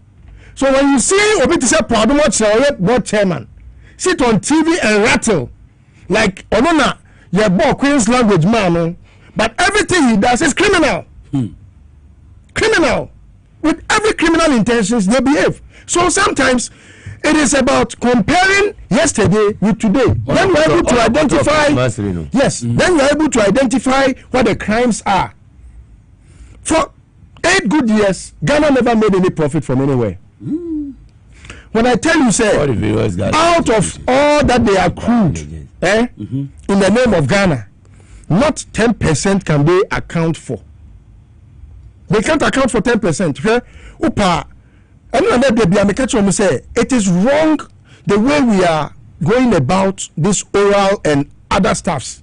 Because you see, we needed to do a national audit of how much money Ghana accrued from 2017 to 2025. Exactly. Then we subtract what we can physically see as development infrastructure. Where 10 cities, yes, here, 10 cities. Kikani na bomb. Meanwhile, Juma 54 billion. 4 years. Yes, in 4 years. Akufo be 8 years. Aboro over 800 billion. Can you show that worth in terms of projects? In terms of what? No. That means that you can't work for them. About 90% of monies they accrued. This is a crime. Serious? Yeah, it's punishable. And so when we sit and we watch and it's like, Yakwati Buffer stock with me, Yakwati way, it's a joke. Look, the state should put auditing to their Omoje from January 2017 to January 2025. That's 8 years span. No, OSP, no, what's that? We are. Sir, I will cry. He's a joke. Wait, I'll come to that. It's a joke. Wait, I'll come there. You see, we have a national auditor. The auditor has provided a lot of financial malpractices, financial whatever. Leakages now drop. What do we have to do as a state? Okay, Major Mahama, for 8 years, not the opposition, you know. Now who say we are going to scout through PBS, we are going to scout through your friend is Exim Bank, we are scout through your friend is CBG, we are going to scout through banking cleanup setup. So bank become 9 billion. We are also the 27 billion now solving 9 billion. Another one, and then and then you said, Chrono, said, my boy for somewhere. I didn't say, they have common sense of thieves. Thieves, okay. Thieves. And you know, I find this whole thing, Yakoti way, look, let the country. No, sir. Sika Akufo the free time I obey my penny 7 January 2017. Ebepim 7 January 2025. Sika oji ye bia no na ne dodo ye sei. Yama quantity surveyors are around. Aduma Akufo the mu ye nyina ne quantum million e bia 1 billion. Sika omu di ye omti reach ntinga omudi bi we kenke party omudi bi ye your friend is saying white party omudi bi ye whatever they can apply for yata the pan white gowns ni nyina so ye say sika say and omudi kwa say your friend is say cathedral mu sika say omudi kwa say we mu we yes ani nyina wi a auditor betimi aka cho say your friend be adwuma oyeye yes minister for the level and senior ajimama ne Akufo do ntimensi one hospital what you say what hospital what the health minister dey go ani what the your friend say interior minister dey obi every ministry be afa ade a wo ye mra every former minister report to the auditor what you spent the money for. What conflicts our house and a Jubilee House? Akufo don na president. From up pare. Mama account to sika ya dey ba Jubilee House. Move here. Yeah, we audit no. It is sika we na wo mo family. Ma family. Ya timu na block. Enu ano no. Ya mo kotile na wono pani ni tifie. Wati akwala no. Akufo don na mu tifie. Akufo don na mu tifie na. The finance minister, no. And when I make a say that OSP is a joke. And then bite more than he can chew. You see, there are people who think they are wise, but it gets to a point their wisdom misleads them. What must say here? If yes na ye wono kajago ne nko krono bia woni senti krono nipa o mabo krono o mukofie won say na say Akufo do kotena ba bi na ohu de ejo ma na ye bia wo de na na tia bem na wo ye kotina bantu useless president the most useless president in the world okotena ye baby abia no ofri blue kiosk na pie when I find out what is going on within this short period Ghana for you shekura no obia kuma toniyem he say agadi for amo mutimi ko China say so must start ko China Japan ni Korea Turkey omo Vietnam man say Vietnamese came down Hong Kong omo and so kanenu usika na ekura wa ye odetire no oguno dollar no na yesen kanenu kura 400,000 cedis a 4 billion 34 billion na wutimi de $200,000 Akufo da penso this wunya 1.7 million 170 billion as an ultimate $200,000 it a jadi for no mtimi da kokon so it a jadi for nyina kadem omom ko China omom ko biem omom ko Italy omom ko biem Vietnam omom ko biem Turkey omom ko biem bogus and omom nyina bogus ni nyina bedani household area boys etino they are also in the past, no. The behavior of the current ministers,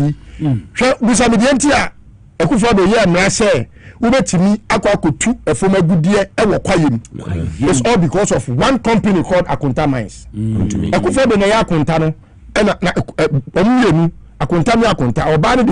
innocent.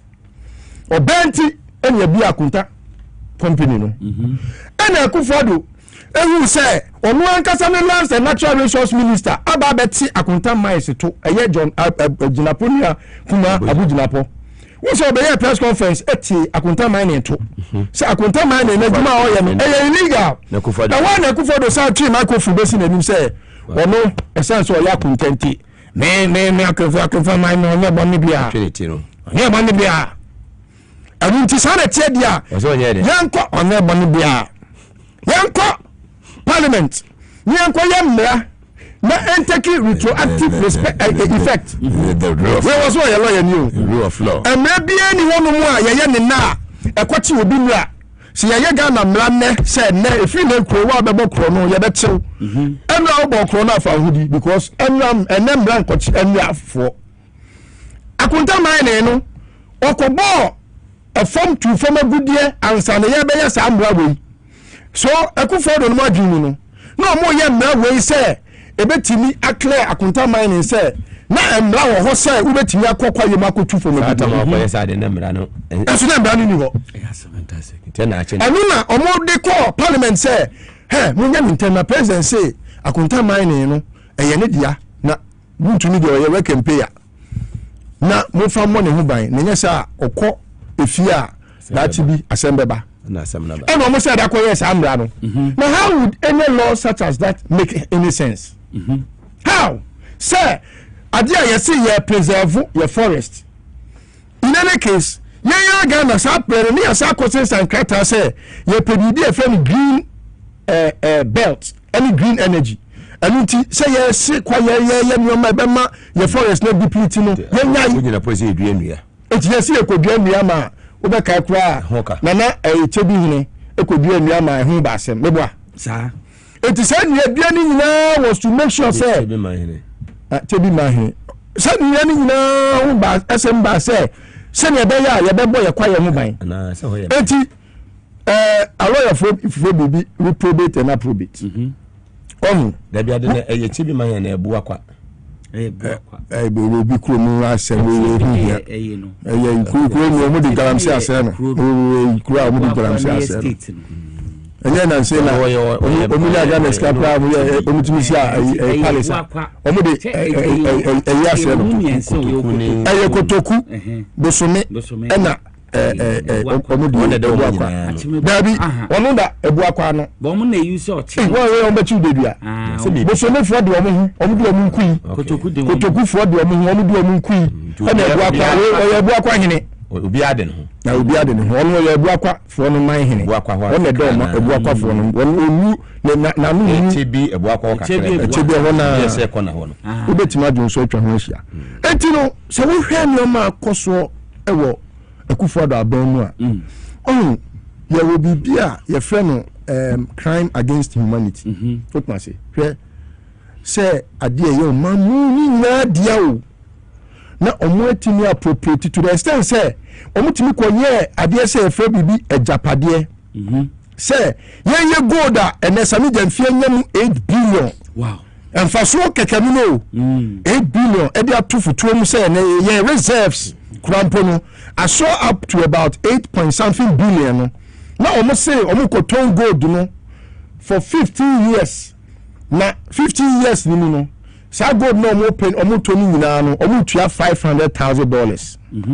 $500 million ade yanya so $500 million no times 16 in less than a year na me catch us akufo do yekromfo a no be be say me retract and apologize.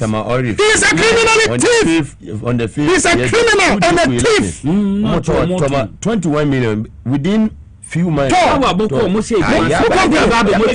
haven't you made? Oh no, your class have it is a commercial buyer. No properties at all. Only properties at all. Easy. Hey.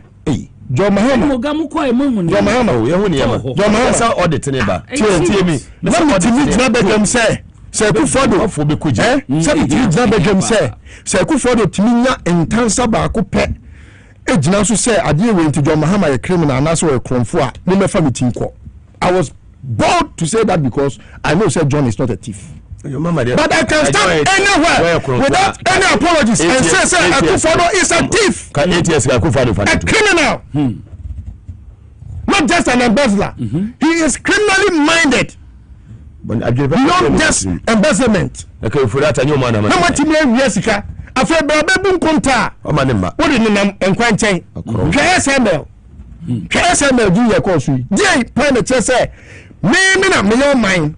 Me na me jeje to. And I feel na OSP. Me am me mechanism start to say I feel na SML as. And e da e di guru to a e ko be kwa ko yen aduma. Useless OSP. What ma say? Mo se kukuo mu aduma no so be ye so wunye I say I was say ya friend say remote control back control say koya aduma. Meanwhile, would you pay anyone na vie? Yesu ni twa uka. Mo so ya mo ko South Africa mo ko akonyaba no. Ni mo na ko. Etimi se John Mahama woni na di. OSP no. Say John Mahama is serious so be fighting corruption. You can't fight corruption with a criminally minded person who is not up to task. He is not up to that. He is not fit for purpose. John Mahama say a person fighting corruption there when we OSP not OSP one checking.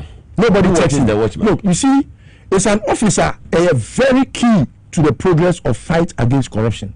But you can't put a square peg in a round hole. Fantastic. It's wrong to put a square peg in a round hole.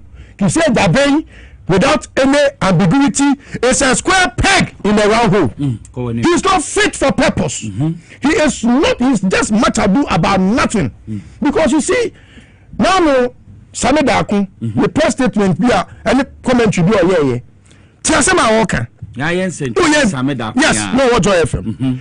Wo investigation. Investigation now wo ye no. Efa obi a wo ye omambreni yeah, what creative companies be share omo ba abem 2017 na answer no mo beba no na company bi your friend Anteza Anteza was a World Trade Organization acknowledged and certified company, a World Customs Organization acknowledged and certified company, and omo wo bibia your friend advanced shipment information say what could da e wa manone na wo kodi da no onyama wo kototo nyina no ansa na ye di begu container mu asipo abaga na ha no for invoice ni nyina koma company na ye friend advanced shipment Anteza no na omo advance wo shipment information to Ghana enti ansa na wo kura nyama ne ba bedu Ghana e bia bosome ba ko achi no na ye nim say nyama we na akoto ye bia akoto extra terminal water mako aduasa wotɔ microphones ɛnan wotɔ phones enum wototɔ nneɛma wɔ nyinaa na ade egu container nim eti yɛ declare nneɛma no kura nsa na container ne ba container ne ba bɛdu Ghana ha no na Ghana customs ɛwɔ container ne mu information bi adada deɛ bɛyɛ ne sɛ yɛda bɛ inspect sɛ information na ɔde ma ayɛ no ɛyɛ no kura na yɛ compare no ano no ne wɔtua duty enti wobɛtumi kɔ tua duty no ansa na container na bɛdu Ghana ɔmo ba ya no mo twa company nim ɛna ɔmo kɔ hwɛ Coleman ɛna ɔmo bi a company bi a yɛfrɛ no container tracking CTN company now ɔmo bi a company no ɛna me sha sɛ si yɛ dedaa na ɔmo egu company no sika ɔmo nya anyway ɔmo mɛyɛ accounts company only acknowledged by the World Trade Organization, World Customs Organization. No, on bie e Ghana no de ye adwuma. Eno na ne namua ye konya icons. Omu charge GC mu e twa ye friend say West Blue company mu e ma ibenya to esi ye nya na kese jabe we. All this time fanise first you know de na Matiami do na wo ho. First time. Na Matiami do ba. Na wo koye PDS. Na me amecho letter koma Matiami do. Satan no wagabugu me say all reply letter no bed that woda so ne size aduane odi yansa no wokoda and aduane odi nyina wo tro letter no ti be kai na me na me say anya aduane a wodi ho asem na me busa eye PDS ho asem and o say emra na o mo ye ma OSP no antimi hwehwe PDS mu because no how is he able to tell how it is corruption related offense PDS. Meanwhile, yes, Gabi Hubom. It was and I Kisi by. In fact, I will not put Kisi in a certain bad and you say he hasn't worked. Why are they? In some instances, why are Juma? And I realized that I'm the one that was defending that office and him. But there was why you today. Oh, Sebi, Senior, Obika, what you want to cry, SMA, what every but you see, every way. Yeah, the person in Ghana phone where he say, Najuma now, Oyano, and so me. Kizaja Biajumano, and so me. Yemiza Kennedy say, Kennedy, ago, Papa Najuma so any. And it's Saint Antan. And all the cancer Saint Antan, Miss Saint Antan, and all the cancer and will be a dinner. Lawyer or no would defend the criminals. Criminal be a warrior CBR, a Kusia Jabin, a person who could. It means he's a criminal. That foolish lawyer. Why you stupid, Miss Sisagu Kurasini. No, and it is stupid, Miss Sisagu Kurasini. No, stupid. Miss Sisagu Kurasini. No, and it is insults. Yes, I have to. This is accusation of murder. Murder. Sabime Kumunipa. A serious. Nipa Funza, what would this is? An ugly dude. He's an asshole. What show me personality? What siasa? Nisi. Sab me can Japan yemechi. Nifi ebusu ni bi ni busu ni bi kama te se me. Kennedy ahun of way. I be before to see omo yin man on presidential. Akomkwa na atuntwa ho. What you say? Akomkwa. Kanena ye ka MPP a na we police station executive kra kontimi nye. Enso ene nkwan na dwo. Kisi ajabe. Enti se wutie Kennedy Japan comment we a if be me na adwen because o kan say ni sisa agawu no ne sina me hwe so ne bia ni sa agawu no ono Kennedy Japan agawu de bia agawu de ono o hwe Kennedy Japan sia eno na sa agawu eno bia pepe you see adwuma ya dia ma Kisi ajabe no enya adwuma tetwa enya adwuma ma no so e wo se Kisi ajabe ewo bibia eye shredded in any secrecy immediately wo fight corruption no when you transparent bia no it means you are a suspicious character but no will live lifestyle bia yes yes and you say na what because you see he who goes into equity must come with clean hands ako baby was in a new house you see Mugabe, I have so much to discuss about Kisei Jabe. And then dying keke. A dying you see, when you talk about a dying any cars, then you trivialize the matter because if Kisei Jabe is put to the scrutiny, say, yeah, you shouldn't say more. He will survive it. Are you sure? Knowing what I know, he will survive it. Lifestyle audit. Say, yeah, the liquid now say, yeah, I'm a lifestyle auditor. He can never survive it. He cannot tell how he made ends meet to make what he has made in his life. Wow. He cannot survive it. Just few years. That is the main reason why there are things that are, security related. We can't discuss publicly. But knowing what I know, Kisei Jabe can never survive it when he's put to that test of lifestyle audit. When a watchman. It's important a question. Yes. But this is the whole issue. It is because the people who are supposed to be the watchdog of their appointees are sleeping.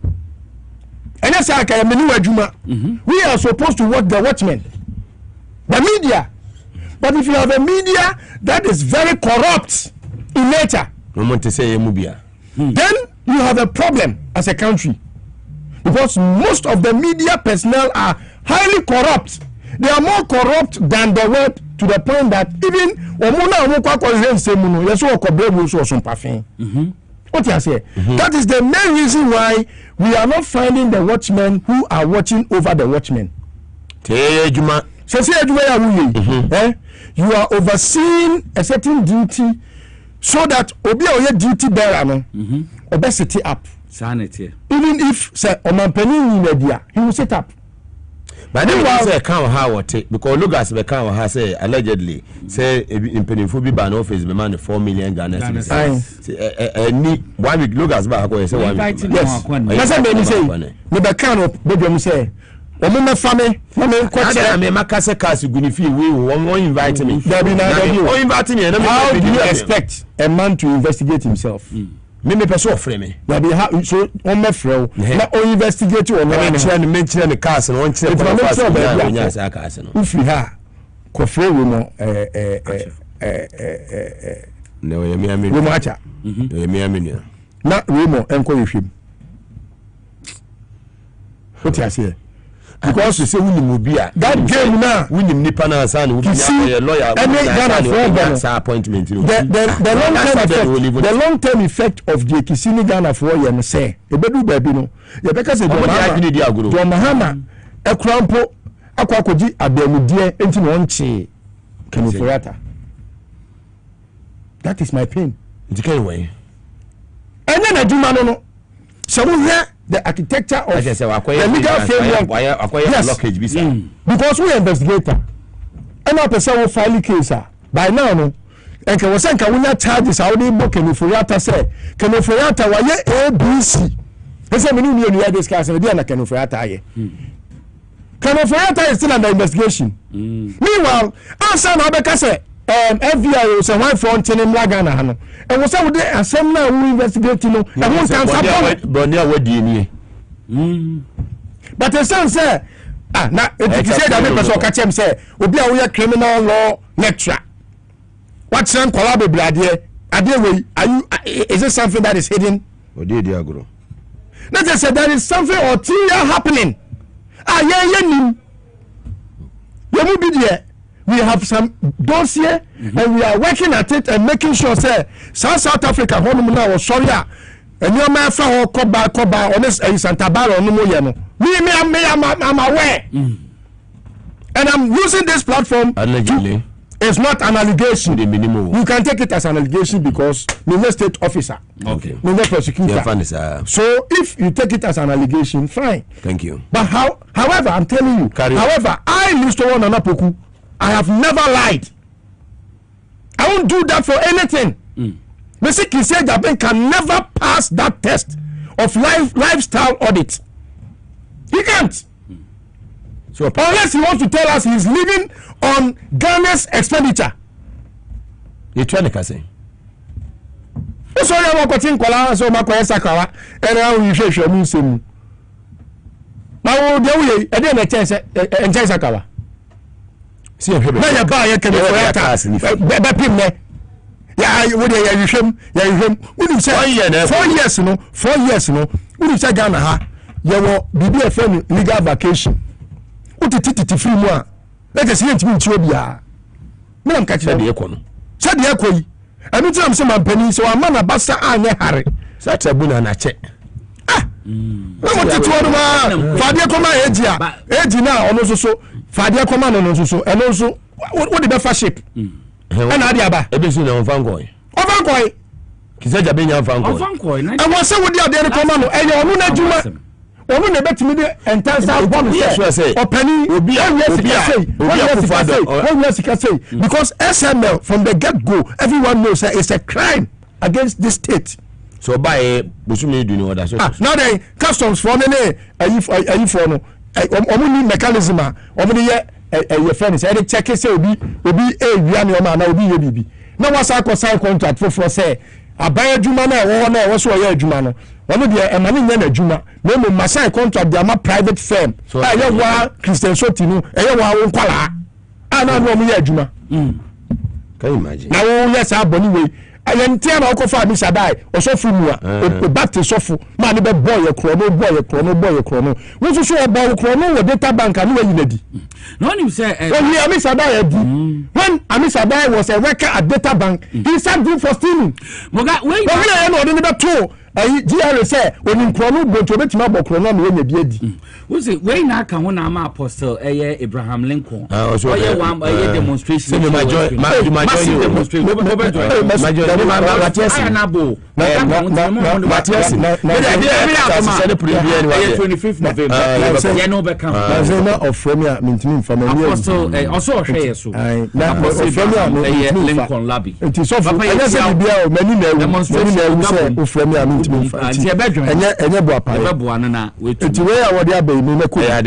OSP must be dissolved. There office no there. I disagree. You see, according to say, Yebeka say be more office. Yebeka say must be sad. Yes. Be more office. Yebeka say Akufo-Addo don't dissolve your presidency. Okay. Akufo-Addo presidency. One here Yebeka say dissolve your presidency. Na Ghana kura me for president BM because the Akufo-Addo no year o man ni na airtime. The office is a very good office. And we here say you officer is not fit. Making sure say corruption ebeba from na say etu betwa. Sanity. Na momo adwuma kise jabe ye no na enso yani ye ma nko anti ye ma kise jabe nko ni ye peni papa obetimi adi dwuma ho beba mfaso ama oman Ghana because ye ken ye twa sika be say 140 million Ghana cedis e be ama office no for this year inya hwe say sika na etwa ma no e cause financial loss to the state faso bi ama so because can for that time ko na mre mutuatua workers ni ka wia adenti na kise jabe the workers me fa free Santa Barbara office ho na OSP office workers na ho no bebe ho na free it is on kwa the tina he cannot pass me na make catch up I am used to one na maybe o wa me ntimi nka no because every one my classified information me ntimi nka no bedwan because I feel say me can betimi affect enema bebre but he said I'm repeating, sir. He can never pass that test. Okay. That one will bulletproof card. Bulletproof. I don't mind if he owns one or if the state has given one to him. I don't know. Bulletproof card. Who say? Wako Martin do wako nifiera. One day so be quickly. Wako Kiseja be feel no bullet you know you what is some say the war in bullet we make burger proof. Yes, see what say no transparent. Okay, for display cars no man say I to see fear ton I say be a ton cars. Wow, the me me yaku na make am and me bisa no neighbors no say 6 months no this is fear. and what declare area in a security zone. Yes. Wow. I don't know any. Post forecast brand new me any still. And a soldier for me, a soldier for the briguffianum in uniform, any being so what about a post for a homa. Sir, Muga. The castle, Ultraman, I want to say, where fear is you, Kissia Jabe, USB, on soon as swing. On soon as swing. Into or so yet a people, prum. Hey, Adam is a president in Ebana, Mr. Kissia Jabe. Hey. And I'm saying, hey, you see, and your vice and poop. I don't mind, and I wouldn't mind if anybody goes in that style when he's effective. I don't mind. Okay. Fantastic. But to the extent that you are a square peg in a round hole, I don't want to see that. Okay. Because it brings about some nuances. And I speak across me. There were times. Okay, he said that yes, I mean, because say defended him. Yes, before. No,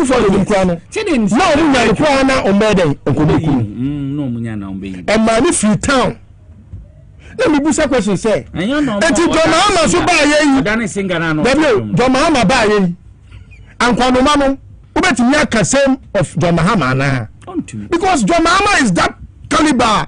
I mean, he will attend on you any day, any time, anyhow. To operate, but you know what to know. What do I say? So it's Ankwano, we don't care about for you. So we be near Bubonia, other person may be a man. A Juma way, you Juma. Chassi, Kissi, and Kwane Sebre. Oh. Sukwanoma, Nanti Kemu, a quantum semi and Kentian Kabu say, were burning with you, or Brennan. Now, one say, and then me and the penny say, the same sense room I hear from Sebenti Namana Bassa. This will be so free Muya, Quadro Buffo, and you. It may be a Sukwanome, or the other work quantum.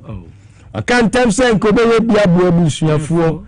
And so that is why we know that we come out for Swafra Bunidi. Oh, Twasso.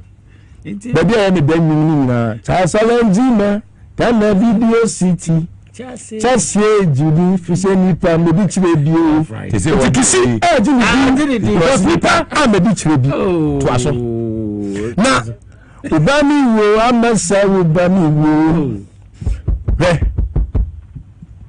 The Tintin and say, you see, I so much admire him, but he has proven to be a square peg in a round hole. He's not fit for purpose. Into he must be sacked. Yes, shown the exit. The earlier he sacked, the better for the government. That's it. Because you see, John Mahama, Amma, a certain grace period be, but he will comfort the bench, and we must not entertain square pegs in round hole.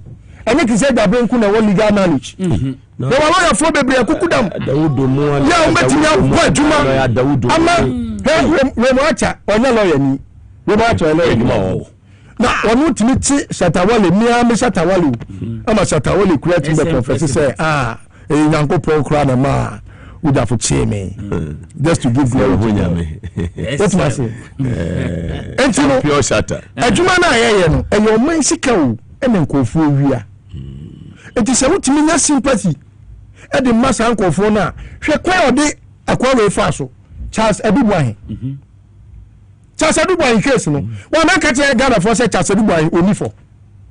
And then also be only for 1 year Bolivia. What so mammy $40,000 as a farmer or minor. And then a course. And then a course between one go for Danny. I know a lot, I'm telling you. I know a lot that I can't put here. So but you know, we were in a buffet because I thought, say, he was diligent. German and say, me buffalo, because my first one, I felt he was working, but he wasn't allowed to work. But today, he has proven to be a very, very useless entity. Incompetent. Highly incompetent. You trademark, no. Or highly incompetent. You just got 140 million amount.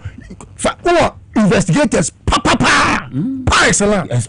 I know some of them. Very experienced guys, knowledgeable. A lawyer for we are brilliant lawyers, brilliant policemen.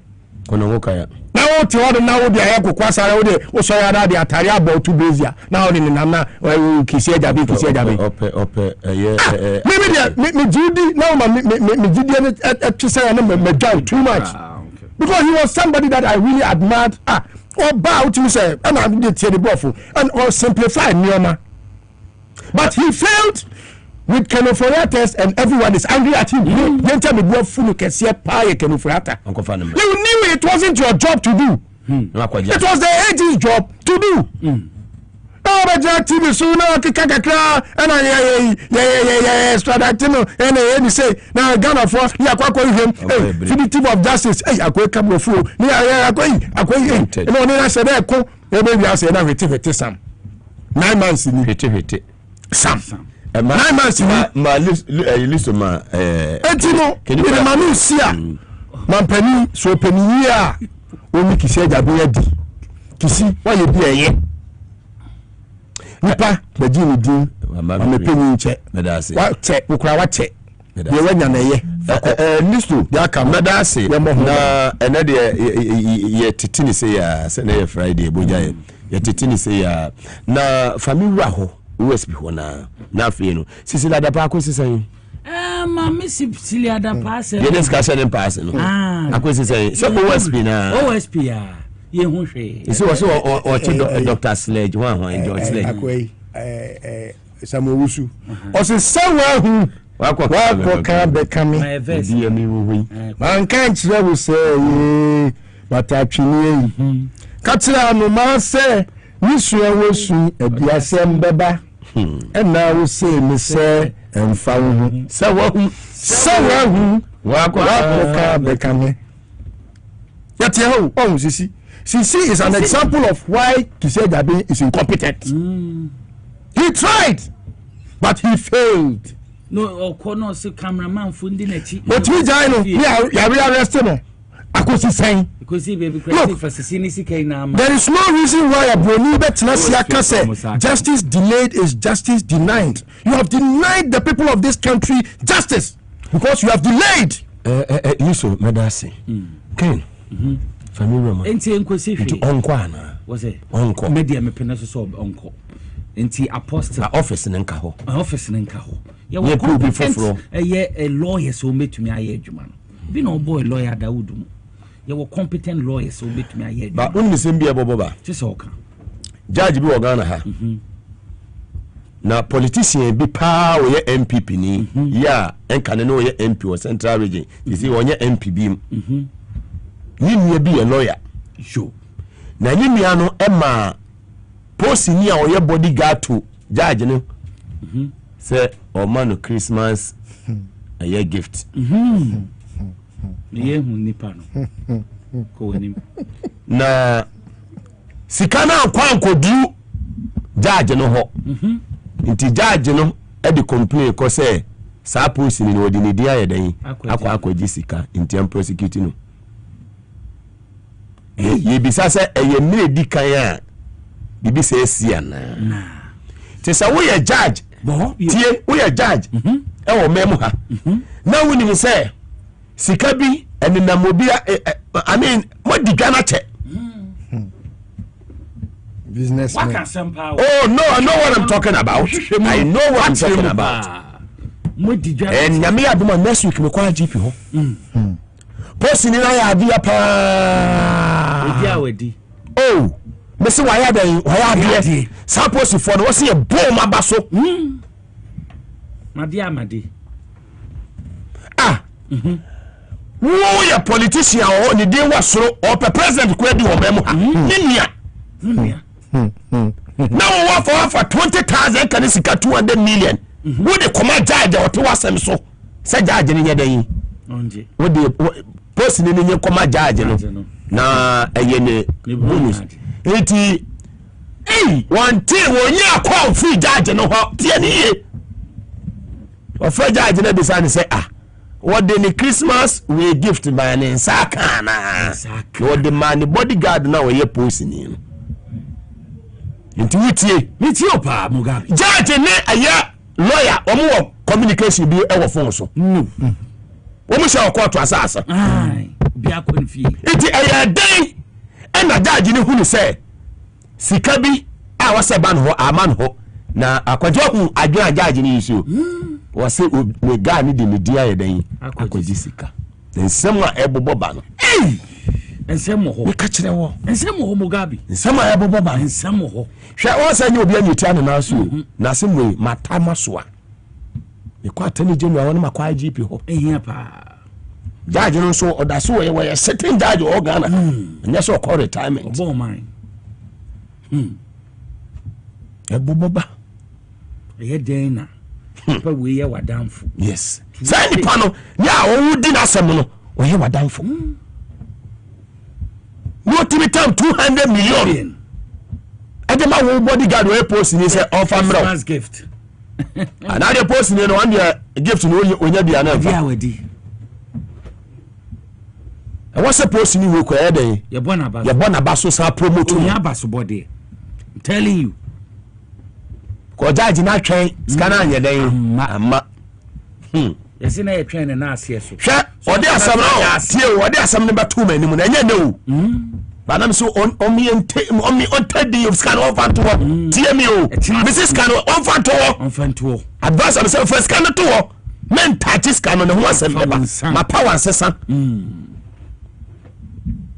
yes sesa sa judge no obete pew e wo Ghana ha obete na day ene mere na ye den aba sese wanya audacity akose ya wuhwe post ni nsem yensim kunya ne yemfa post ni ntnase sase post ni ndi ne dia ye dan akwaji sika because ne sa kasika no na lawyer ni a judge di na sama okoma judge bodyguard 200 million say je kwama wo boss ni case ni kabekosen sika be media na che case ni nti a Christmas gift attention e beba Christmas beba na ye 1 year serious Mugabe those listening to me at the police headquarters omuni masema mekan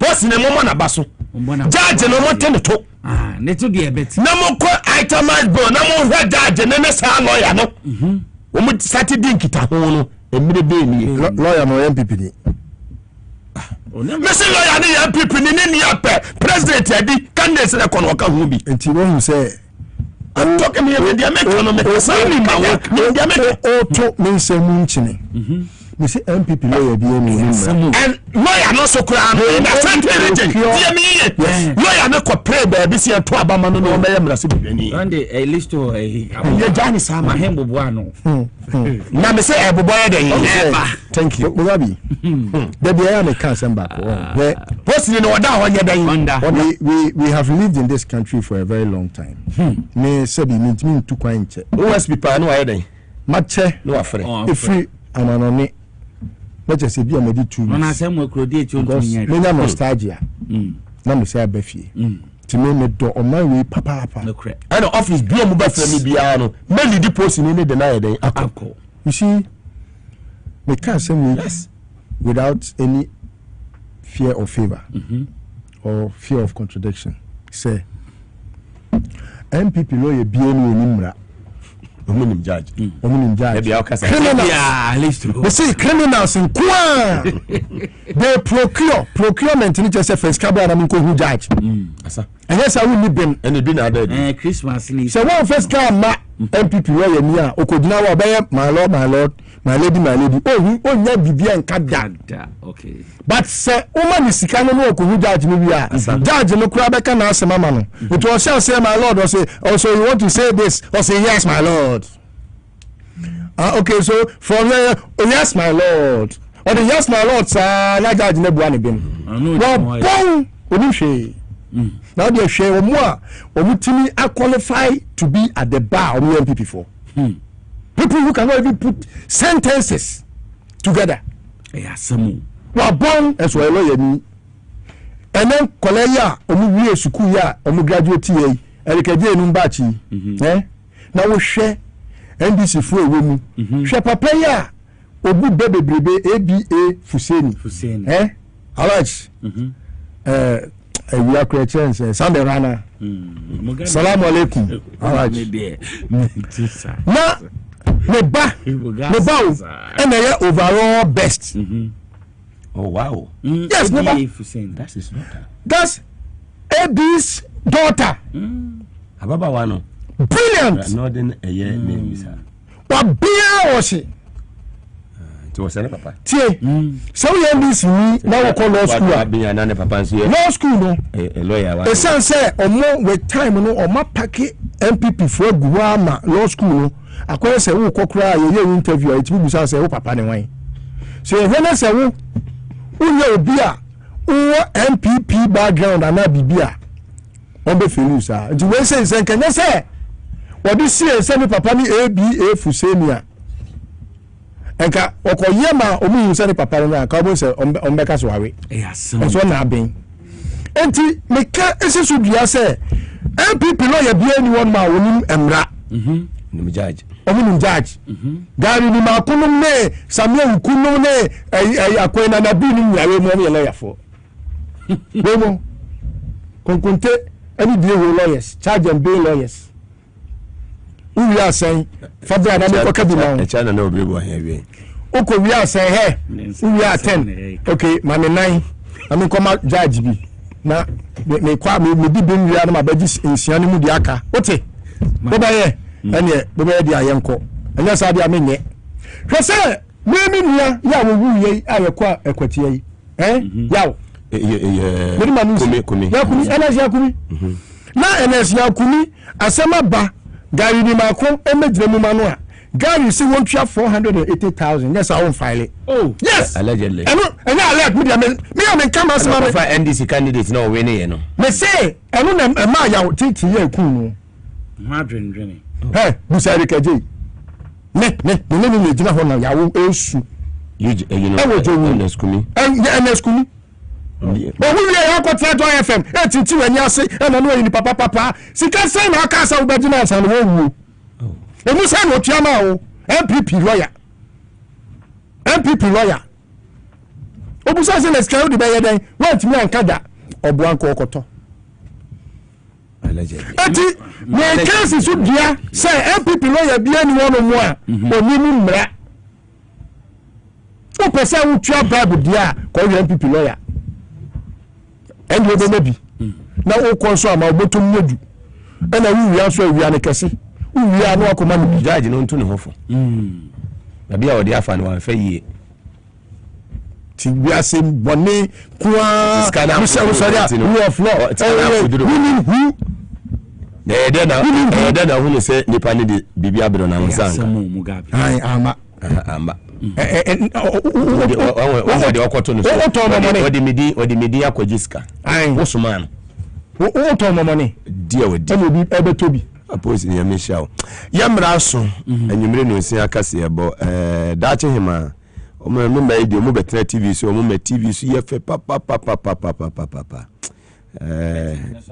tina de bia ketua de bantem sa mepenu because minority for no aseda de omo ni si yenu asam je mfiso hwe enko se onim etikese ewi adwe nye sa adwe amru go board no ekwan fa so a yetimi kura adwe ho se yenye dide fo mo ade bi papa bi ombe so mo adwene papa na ye de ye no mo nyansa enye sa mo kokwa se position na mo wonu ntimi nka ma ntu mo pekwa pa mo nya ko bi afo because we have enough okay anyemre no nsia Apostle Bright Echo Mbia good news Assemblies of God fantastic Sasuna chairman so for smart also aboso ward chairman or aboso na da say Accra Kofida ko ene dache hima Lugas ocha Lugas okay capacity level no na mecha Dr. Sian so Zoom Lion boss na nkasa dada ho